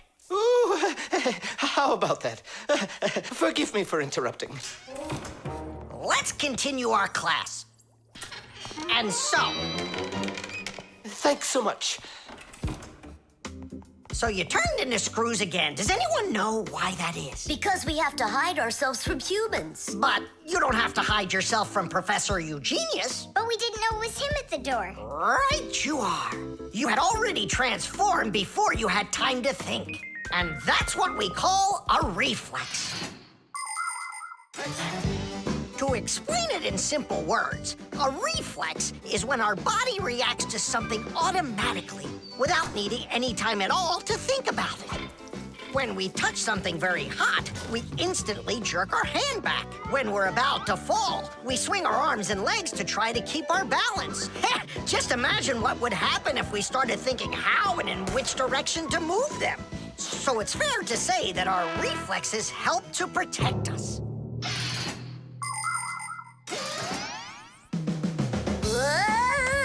No kidding. They protect us. My nose itches. Achoo. Excuse me, I didn't mean it. Professor, sneeze. Is that also a reflex? It most certainly is one. Fire didn't want to, but then his nose tickled and achoo. Bless you, too. Thank you. And do dogs also have reflexes? Of course dogs have reflexes. All animals do. Yeah. It's something all good animal trainers know. They use the animals' reflexes to teach them tricks.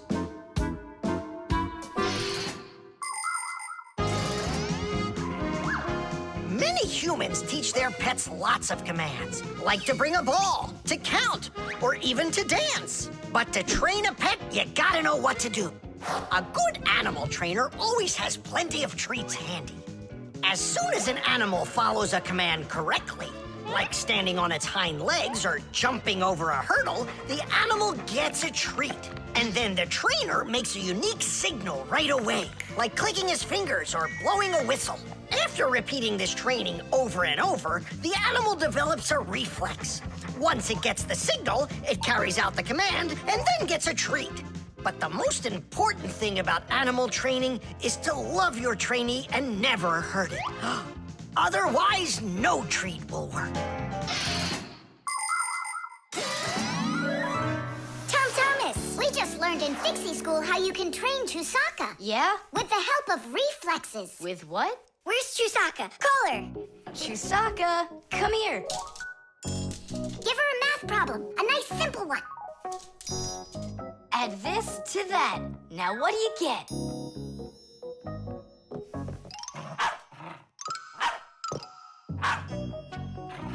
It's a miracle. 3.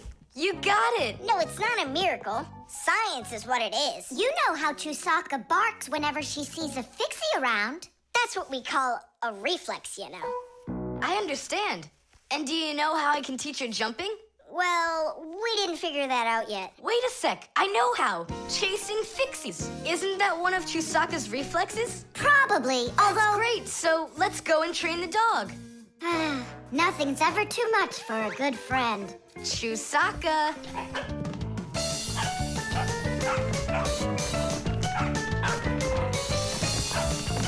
It's pretty tough work being a dog trainer.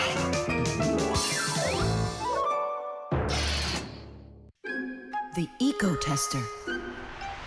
Are you ready to see my new invention? I just can't wait to show you what it does. Whoa, what is it? An EcoTester. And what is it for? This device lets you check vegetables or fruit, so you'll know if they're safe to eat. To grow apples, tomatoes, or melons faster and bigger, people add chemical fertilizers to the soil. But there's a problem if too much of these chemical fertilizers is used. When there's too much of them, the harmful chemicals get inside the fruits and vegetables, and that makes them very dangerous to eat. An EcoTester is a special device that quickly shows how much of these harmful chemicals have gotten inside of the food. And if the reading is too high, that means you shouldn't eat it. As you can see, the EcoTester shows that this apple is good. Well, let's see. Look, this one is safe too. Ugh, it's not interesting this way. These apples are all safe. Now let me take this delicious apple and, make it bad.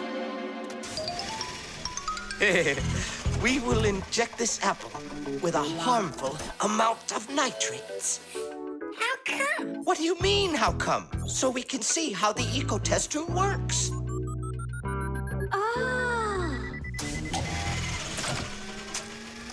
Whoa! Aha! So you see, the EcoTester clearly shows this apple is poisonous and can't be eaten. Is it only for apples or for any kind of fruit? Any fruit or vegetable. I can get a watermelon to show you. Could it really be true that watermelons can have nitrates too? Of course they can have nitrates. Humans often act without any concern for nature. The waste from factories, airplanes, cars, and cities causes tremendous damage to nature. Species of plants and animals disappear. Air, water, and soil become polluted. And many other kinds of ecological problems appear. And humans shouldn't think that ecological problems are just nature's problems. Because when humans harm nature, they are also harming themselves. People breathe in the dirty air, drink polluted water, and eat food grown in soil contaminated with chemicals. If humans don't want to drink milk filled with poisons, and they want to eat ecologically clean fruits and veggies, then they must learn to treat nature as their friend. Hey, why don't we test these apples ourselves? Nolik, help me out.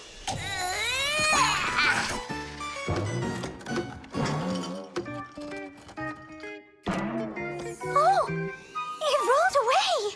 I don't care. That apple's poisoned with nitrates.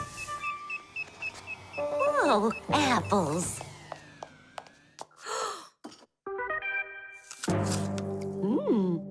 Elisa, don't eat that! Elisa, stop! Please sit down. What? You bit into it? Yes, and what? Oh no, it's poisoned! What? Do you have trouble talking? Oh, yeah. You feel faint? Oh, I'm fainting. Elisa, hang in there. What? There's no poison in that apple she ate. Oh, my assistant. Oh no, I've poisoned her. Oh, Lisa, please. There was no poison in that apple. Oh no, he didn't hear us. What should I do? I know how to make him hear. Hello? It's an emergency. It's a case of poisoning. Not me. I poisoned someone. Yes, with an apple. Fire. Poison. Oh. Professor, this apple has no poison in it, the bad one rolled away onto the floor. Did it really? This is just fantastic news. Can you see me, Elisa? I can't see anything. How's that? I see you. I can see you. I can see again. I have great news. There's no poison at all in this apple. Are you sure? It's perfectly fine. Here, take a look. The EcoTester shows that there are no harmful chemicals inside. It's wonderful news. This is one excellent apple. And nutritious. This appliance of yours is simply wonderful. Now she'll say he's a genius. Professor, you are a genius. Thank you for saving my life. Oh, it was nothing. Actually, it was Nolik. He saved her life. I did? Dropping the watermelon was your idea, wasn't it? Ah, you're right. I saved her life. The catapult.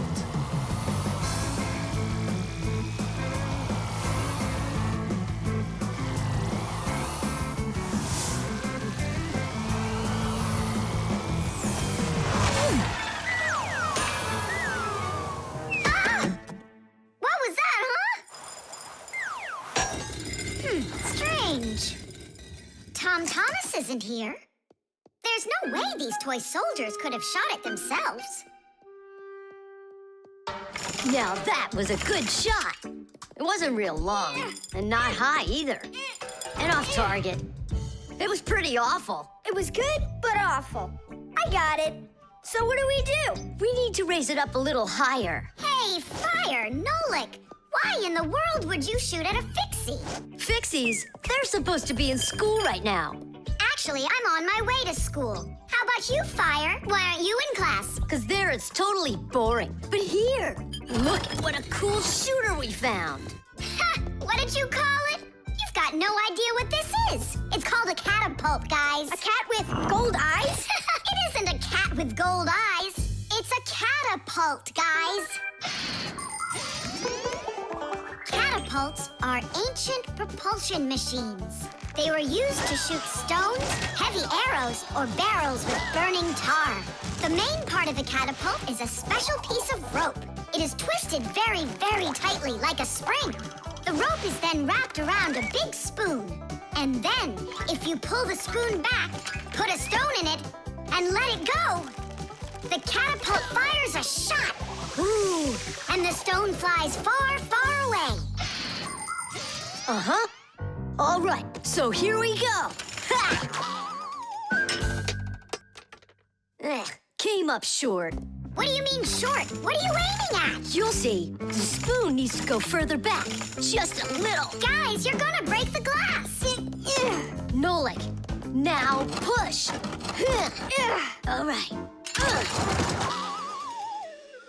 Yes, right on target. Now let's fly out into space. Wait, what space? What kind of flying? Who's gonna fly? I'm gonna fly. Right out the window. Right up to the moon. First fixing onto the world, Nolik. Are you ready for your flight into space? Yes, sir. Nolik, get out of the spoon now. I'll be the first Fixie on the moon. Yeah. Nolik, enough of this. What kind of joke is this? It's not a joke at all. He's gonna fly into space. And how come it's not you? Because he's lighter. Hold on. Humans didn't go straight into space themselves. They sent dogs out there first. Nah, Chewsocka's not gonna fit in here. Simka, why don't you go and let us finish? Fine, I will go. But only after Nolik finds himself a helmet. You're right about that. I'll go find a helmet.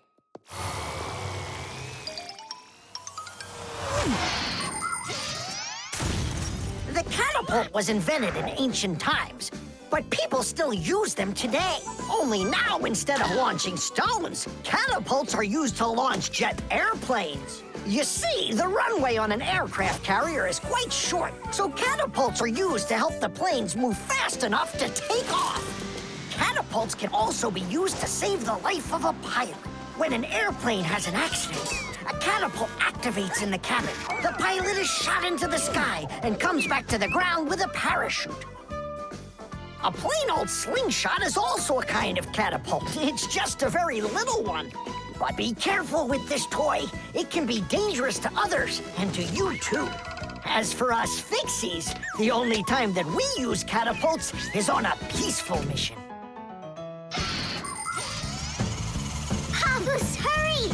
Our Nolik's getting shot to the moon with a catapult! What? And if I meet new Fixies up there, what should I say to them? Hi there. And you can ask them to launch you back.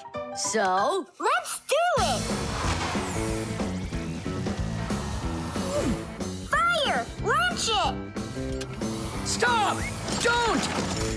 Simka! Nolik! I'm not getting out!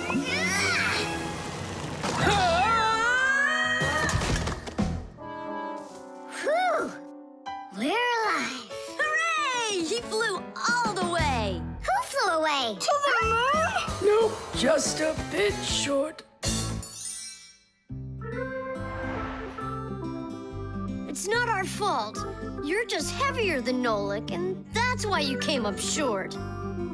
Papoose, maybe we can try one more time. What? Ugh. The clocks. Go around. Left side. That's crazy, you'll crash! No, I won't. See, I told ya. What? Huh? Nothing. Now you talk with your computer like it's your friend.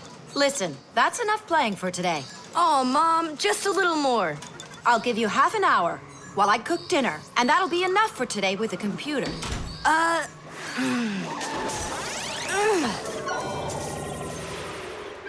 This stinks. I'll never get through all of these levels in half an hour. No way. Hey, but what if we could stretch out the half hour? How? We could take the hands on the clock and move them back a little. Mom will catch us. Fine, then let's slow down the speed of the clocks. Yeah, But how? You gotta know things like that. Since olden times, many clocks run with the help of a pendulum. The pendulum controls how fast the hands of the clock turn. If you make it longer, the pendulum will start to swing slower, and the clock's hands will slow down. If you make the pendulum shorter, the clock will tick faster. Most clocks that are made today don't use pendulums. They run with the help of springs or with an electronic chip instead. But even so, there are ways to change the speed of these clocks, too.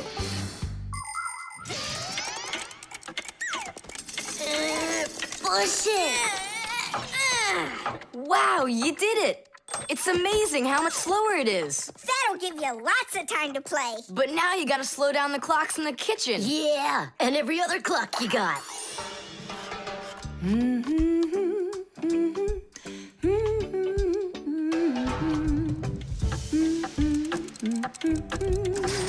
I just have to turn this to make the pendulum longer.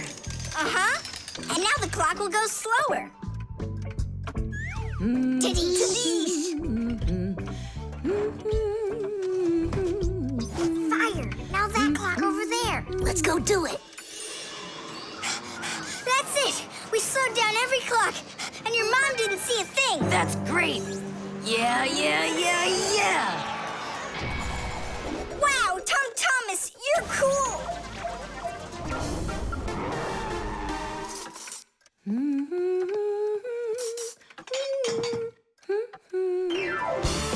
Amazing! He got another one. Awesome. You're unbelievable. Way to go. Huh. That's strange. Hooray! Incredible. Yay, I did every level. Oh, thanks. You're both just... The time masters of the universe. Yeah, but I'm getting really hungry, and Mom hasn't called me for dinner. Because a half hour hasn't passed on the clock. Hey, do you smell that? Something is burning. What happened? A fire? I don't get it. I was just waiting for 30 minutes like I always do, but everything burned this time. Maybe the clock stopped? No, take a look. They're working. Oh, I'll make you some oatmeal. Oatmeal for dinner? Mom, I need to, I'll be right back. You see what you've done, Time Masters of the Universe? You gotta go speed those clocks back up. Okay. We'll speed them up. They'll be caught up in no time. You Humans have come up with lots of different ways to measure time. For example, if you stand a stick in the ground, you can measure the time of day by watching where its shadow falls. That's a very simple clock called a sundial. Another simple and ancient clock is a water clock. It keeps track of time by measuring how much water has poured out of it. And if the clock uses sand instead of water, it's called an hourglass. But humans weren't able to accurately keep track of the time until they invented mechanical clocks. They come in all sorts of sizes, from grandfather clocks to watches worn around the wrist. Today, we also have easy-to-read and accurate electronic watches and clocks. But the most accurate clock of them all is the atomic clock. It tells the entire world the exact time.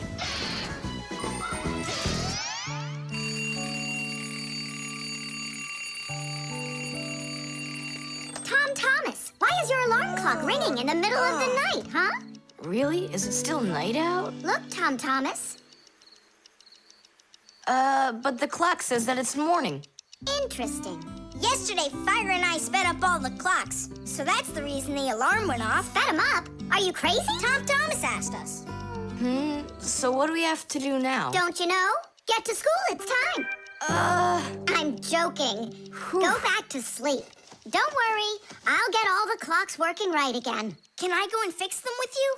Ha! Fix them? You boys are the ones that always make the problems. The airbag. We're gonna be late. We'll make it.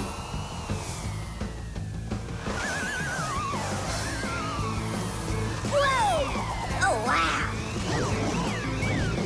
Hey, slow down there. I'm a super duper racer.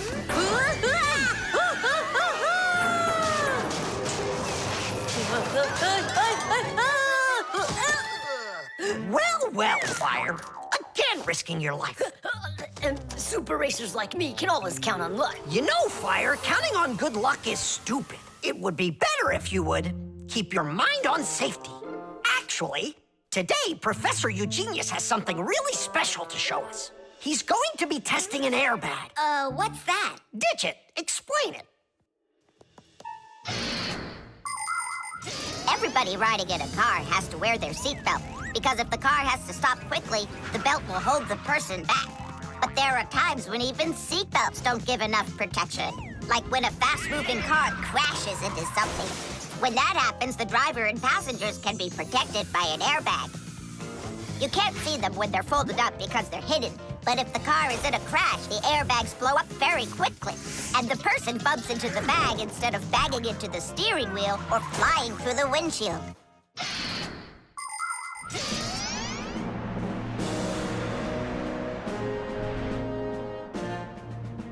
Here I come.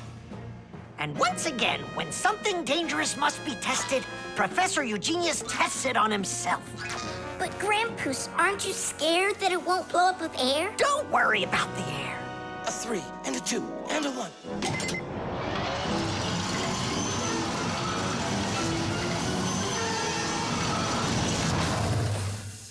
The airbag filled up in an instant. Did you notice? Yeah, but how does it do it?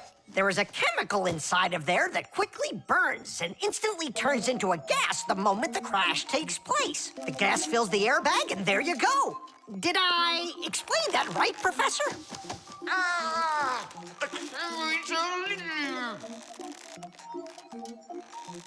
We've got to get him out. Stop! We'd better call for help.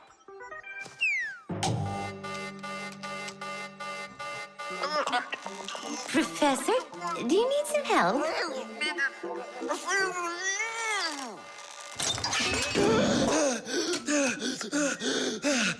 Thank you, Elisa. Sorry to take you from your work. You're free to go. Professor, how did you manage to press the button from way over there? I managed to hit it on the fly. You are just astounding. To keep small children safe while they're riding in a car, they must be buckled up with a seatbelt inside of a special booster chair. But kids also need to be careful when they're riding a bicycle, skateboarding, roller skating, or riding a scooter. First of all, it's best to keep off of roads where there's too much traffic.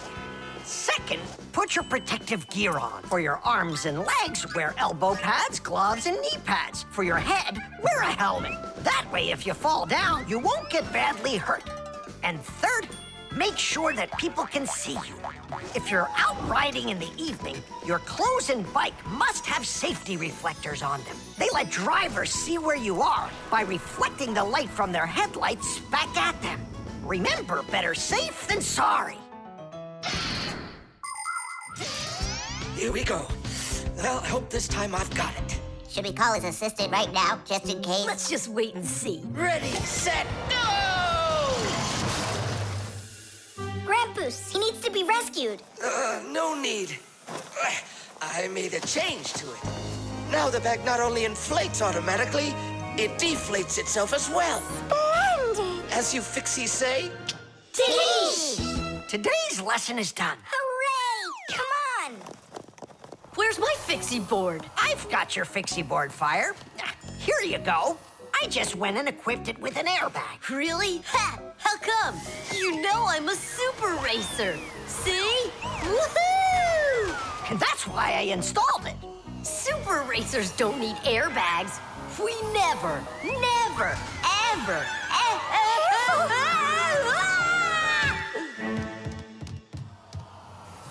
Oh, wow! Is that airbag cool or what? It's a very original design you used there. That design is my own, and Fire ran the test. Professor, will you make an airbag for each one of us? You all will get them real soon. But even so... Caution and care make accidents rare. The vent. Tom Thomas. Tom Thomas. Okay.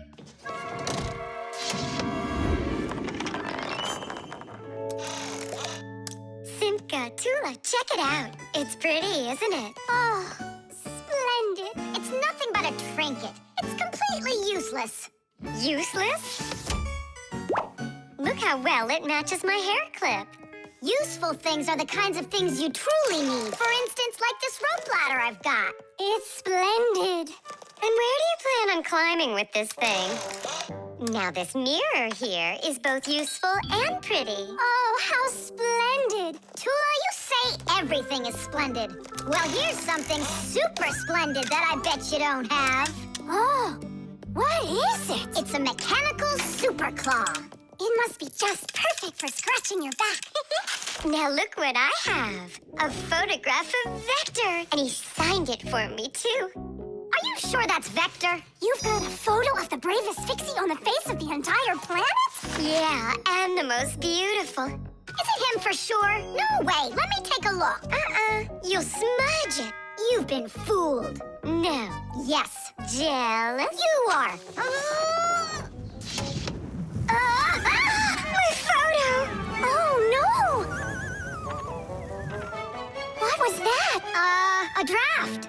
This is completely your fault. It's not my fault. It's your fault for bragging so much. Please, girls, stop fighting. Let's go find it.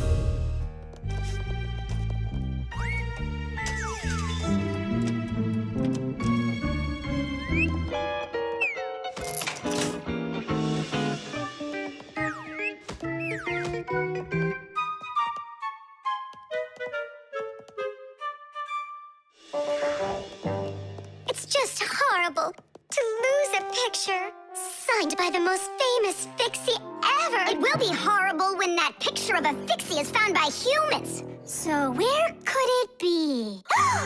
I know how we can find it. Exactly. We'll blow a bubble and watch which way it goes as it floats away. We'll follow it and find your picture. Do you know why you can blow bubbles out of soapy water? At the surface of any liquid, there's an invisible film that is very thin but very strong.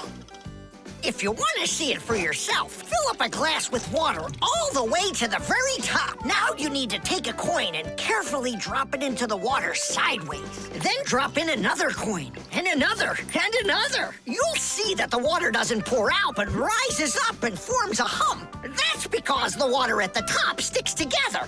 Why? Because of a force called surface tension. Thanks to surface tension, water can form drops. It also helps us blow soap bubbles, because when we add soap into the water, the fume gets even stronger, but still not strong enough to stop the bubbles from bursting. Okay, it's ready. Now we need to blow. Do it together. And... I don't think this way's gonna work.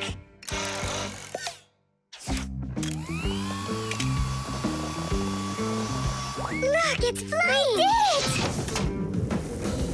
The vent! Of course! Why didn't I think of that before? Have you ever seen holes in the bathroom or kitchen that are covered with grids? Well, those are called vents. And behind the vent is a long pipe called an air duct. Unpleasant odors and musty air can be forced into the ducts and sent out of the house. And if you want that old, stale air to leave the house even faster, open a window and let in some of the fresh air from outside. Keep the air in your home as fresh as it can be. Hey, take a look! It got stuck over there! Get it before it flies away! How can we grab it? What do you mean? Don't you remember what I've got? Teesh! Thank you, Simka. What would we ever have done without your mechanical claw and your fantastic ladder? Then here you go, a present for you. Oh, thanks, it's just great. And I want to give you this. Oh, gee, it's just splendid. Simka, are you here? Huh, what you got there, Simka? A little mirror. It's pretty, don't you think? Oh, you girls. You're all the same. The laboratory.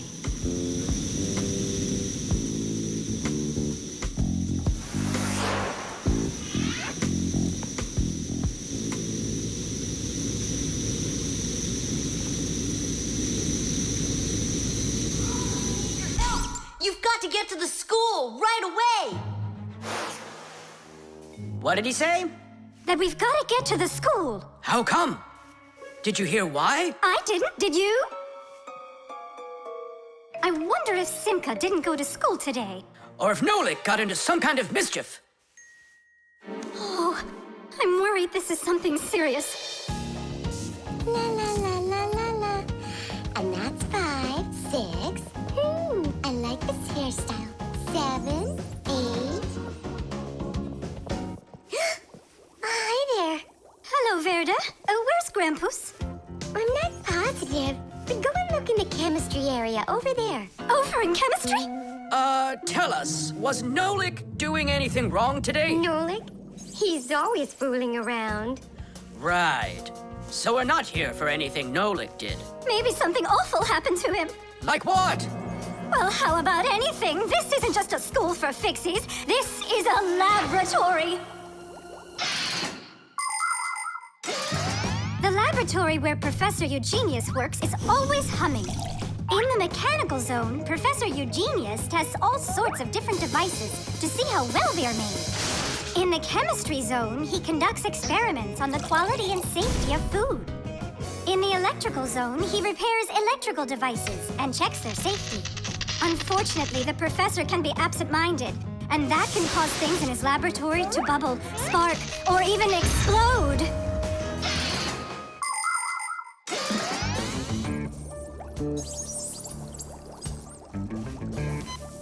Marcia, there's nothing to worry about yet. But how can I not worry? Digit, have you seen Nolik anywhere? Do you know if anything's happened to him? This is a laboratory here. Who knows what could happen to anyone? Like what? What are you saying? Like that. I told you, things happen here. And where? Let's go, quickly! Marcia, no need to panic. Tula, it's so good you're here. We really need your help. What is going on? There! Grampus! What? Where? In the mechanical zone, there! And Simka and Nolik? There, they're all there. Don't lose your head. Oh! Oh! Marcia is my wife, and the mother of our children, Simka and Nolik. Marcia is a real beauty, a kind and gentle soul, and a wonderful homemaker. She is also a very responsible and extremely skilled Fixie.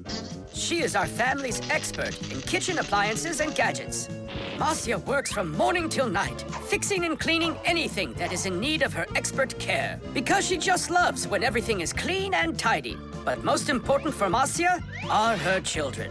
She takes loving care of Simka and Nolik and tries to protect them from harm. Marcia worries about them so much that sometimes her imagination gets carried away with what might have happened to them. Although our little Nolik can get himself into situations that even Marcia could never have dreamed of.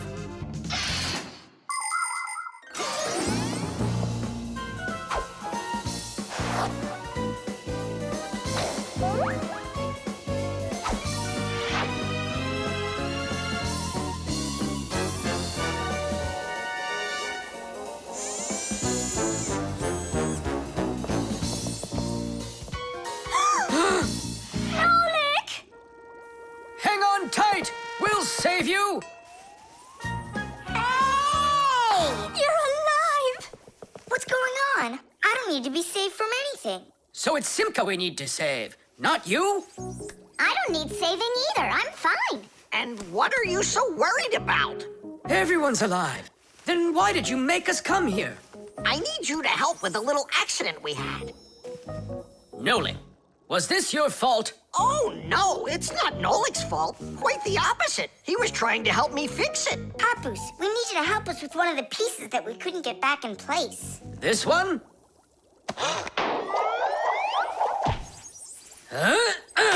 Tadish! Oh, a perfect repair. Huh, that was really the only reason we had to rush here? Why not? There was just no way we could let this wait, so I sent for you. But Fire said... Why fire? Why is it always fire? How come you had to scare us so badly? I'm not the one who scared you. You did that all by yourselves.